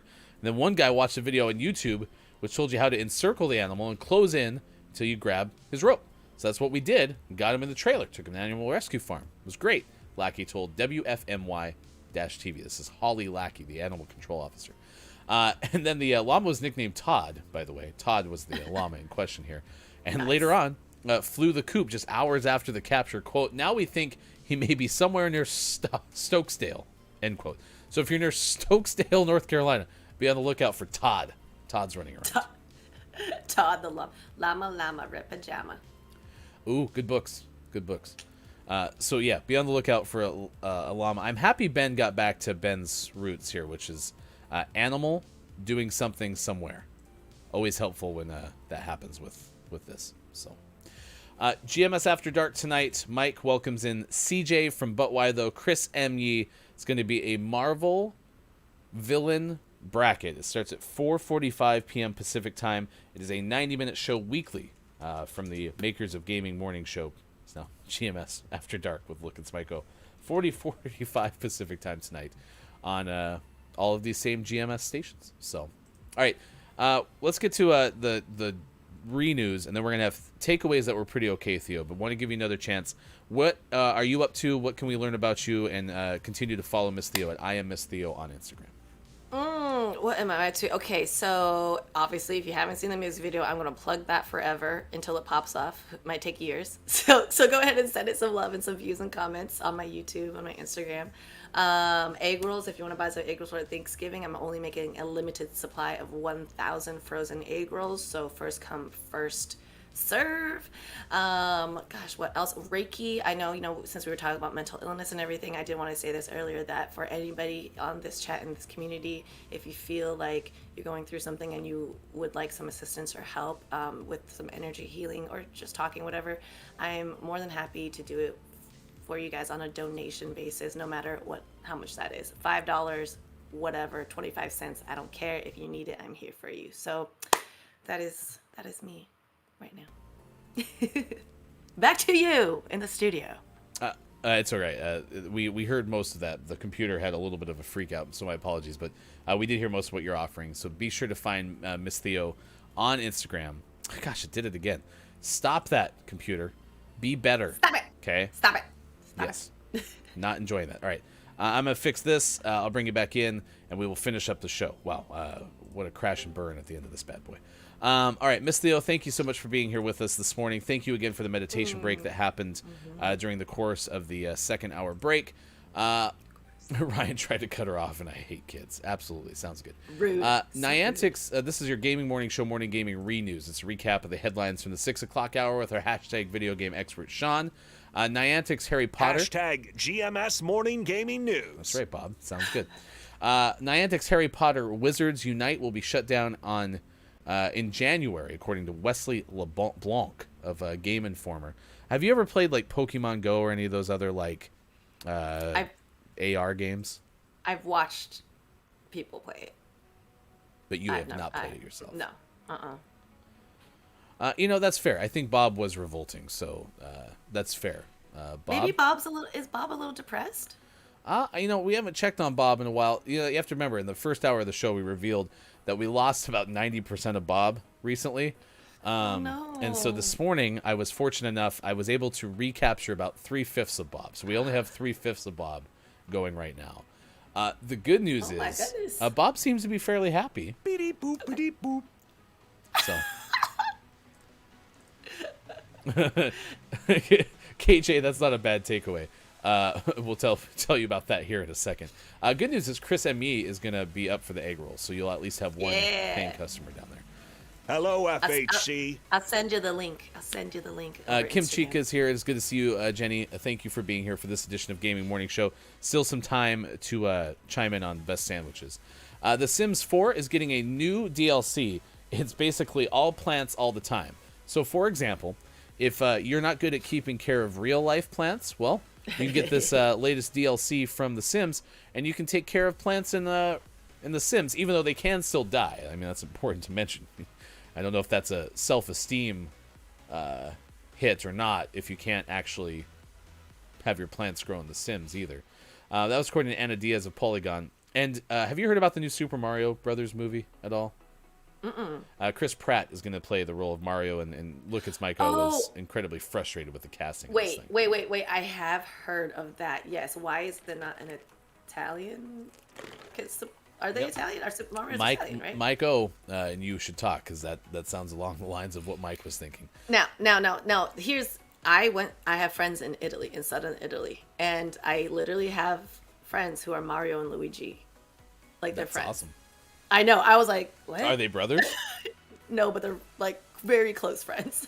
Well, the good news, Mike, is if you like the casting of Seth Rogen as Donkey Kong, apparently they already have decided that there's going to be a Donkey Kong spin-off movie in development, according to Ryan Leston of IGN. Okay, that could be funny. Seth Rogen as Donkey Kong. Out today, the Solitaire Conspiracy on Xbox Series X and S and Xbox One, and Bloodshore is out today on Switch. The name of the morning was Time Loader, available for PC. Hashtag GMS, name of the morning. Okay, so Maiko is okay with Seth, so that's fine. Kim Chica said roast beef or tuna are faves of Jenny's. Chris M.E. brought up chicken pesto panini, and we did talk about how paninis are undervalued, although a little bit extra work. Like, a panini is not easy to make compared to, like, a sandwich. Well, I guess you just make a sandwich. But that and then takes stick it. longer. Yeah, you need to have a panini press or something, first of all. Make it a little bit faster. Yeah. Lady K, I already want the country living pack. Now they're adding a plant one. Yes, The Sims is very good at encouraging you to spend more money. So yes, the plant one is coming out soon from The Sims. All right, it's time for the clip of the day. Clip of the day. Woo! Here it is. It's the clip of the day. Yeah. That was crisp, as they would say. Clean. As they would say. Congratulations to Time Kurt Loader, out today for PC. Will it be our name of the month? I don't know if anyone cares anymore, because I think we've kind of diminished the prestige of being name of the month because of our lack of putting out name of the month giveaways. I don't know. Could we redeem ourselves? I mean, we could. It's never too late, right? Should we give them all away right now? I think of the infinite words of the Notebook, where it's not over. It still isn't over. And then we run over and start making out with name of the month in the rain. Yes. So that'd be how close we are to name of the month right there. But it's raining. We're doing full-blown. The closest to rain I have. That looks like math rain. I should get a. There you go. That devolved into a whole bunch of other stuff, namely Sean actually finding a rain overlay for his green screen and then not being able to get back to the math one. It really just everything disintegrated from that point on. So, yeah. Exclamation point raffle. Last call for exclamation point raffle. If you would like to enter the Gator Golf raffle, we got onto Mr. Bucket earlier. The jingle that was the commercial, which we'll put in our Discord, and then the Gator from the golf course in Mississippi ended up making it so that we wanted to give away Gator Golf. So, bottom line, if you want to do exclamation point raffle, last chance to win Gator Golf. And if you're not in the U.S. and it's going to be too difficult to get it to you, we will find an alternative. Maybe it was Skynet. Yeah, Bob really did have an interesting show. I guess ever since Bob became 3/5 of Bob, things kind of got a little out of hand. But we finished the show, Theo. We're at the finish line, and that's good. Woo! What is your takeaway that was pretty okay? What is something you learned today on the show? Oh man, honestly, I learned that this community here that we have is so much more greater than just a morning show. And I think it's beautiful, and it's the way that humanity should be going. So I'm so grateful to be here, and I love you guys. We had some takeaways already from KJ. I was higher up here, and I had it all bookmarked, and then I hit the wrong button, so I lost it. Yeah. KJ, repeat your takeaway. That was pretty okay, because that would be awesome. Let's see. Golden has to go to work, no longer paying attention. Thank you for being here. We also learned that Golden does not like to have random hugs from the children, which is never good. Scott Chick, my takeaway is to not touch a mule booty and get pink eye. Yeah, it's a good one. Don't do it. Well, we also learned that apparently a lot of mules are the metal workers. Oh, here's KJ's. Bob is not okay, and we need to help him. Bob is fine. Listen, we do this every single time. You know, tomorrow I'll even take some time with Bob and prove to you that Bob is fine. Okay. Mike's takeaway is that you shouldn't let a metalworking mule fart on your pillow. That as well. The one that I wrote down is Theo told a story about getting pink eye from a donkey. So I think that's the thing we learned kind of as a consensus today. That getting pink Don't eye. do it. Yeah, Just getting don't pink do eye it. from a donkey is tough. Don't All right. do it. Everything has been closed off. We are not doing Patreon entries on this one just because I was impromptu and I don't have it set up. So sorry, Patreon entry bonus things. I'm sorry. We do say it's on select giveaways, and today we did not select this giveaway. So the winner of Gator Golf, shipped to you courtesy of K-Laugh's Amazon search and the discovery that is available for $16 is... Well, congratulations, Scott Chick. You have won Gator Golf. If I can get it to Scotland, I will make sure to do it for you, and if I can't, then I will figure out an alternative. But congratulations to Scott Chick for winning Gator Golf today on this edition of Gaming Morning Show. All right, we're going to wrap things up and going to send you over to Awkward Scone. Awkward is a UK variety streamer.